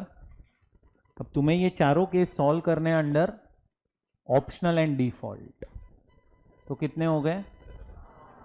और तुम्हें ये 8 केस सॉल्व करने हैं बिफोर 20 सेकेंड, मतलब 20 सेकेंड तक, एंड 23rd या उसके बाद 16 केसेस। तो ये 16 केसेस आप लोग को सॉल्व करने हैं। मुझे आप लोगों से आंसर में क्या चाहिए होगा? पहला असेस ये मिस्टर ए। तो मिस्टर ए अगर वो टैक्स भर रहा है अंडर, पहले तो ऐसे लिख देता हूं, ऑप्शनल स्कीम। सुनते जाओ पहले।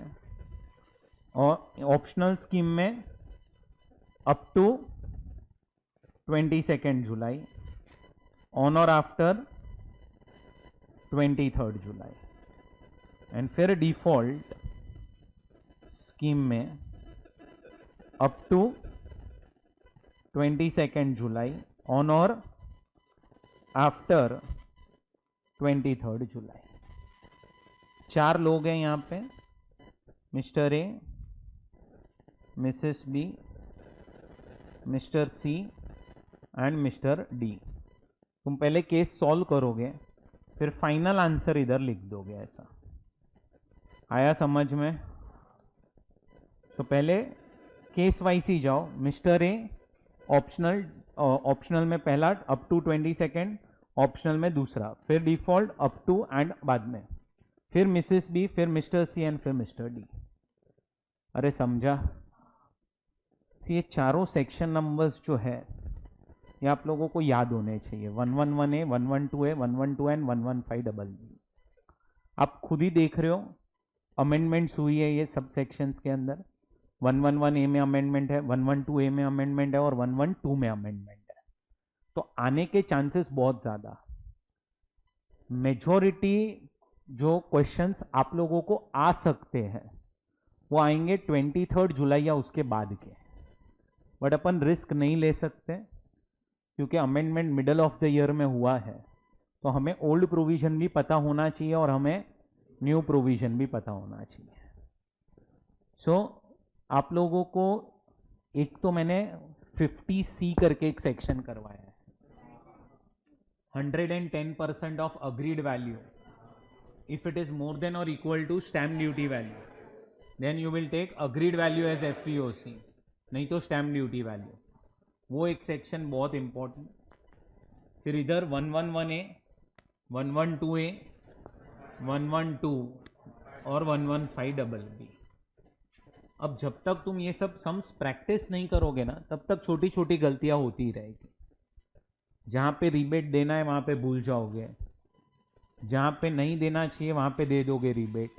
तो ये सारी मिस्टेक्स अपने को भी हटानी है।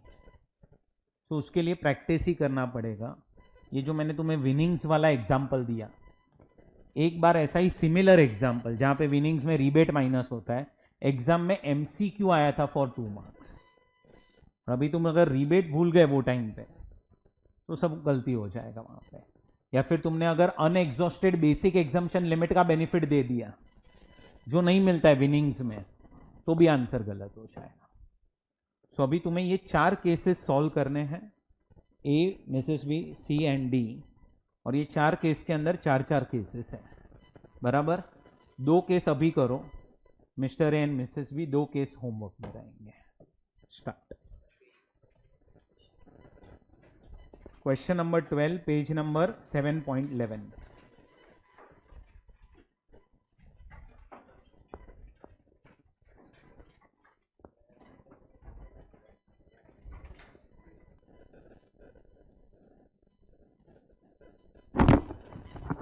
केस हो गया फर्स्ट।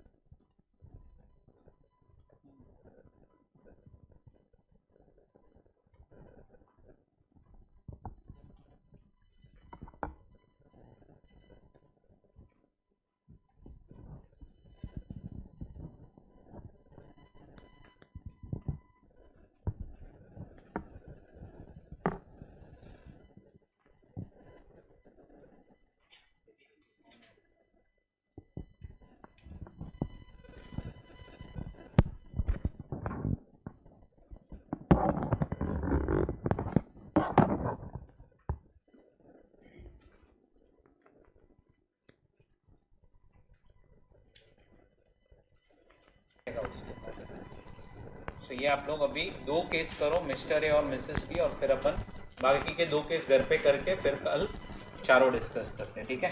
चलो बाय बाय।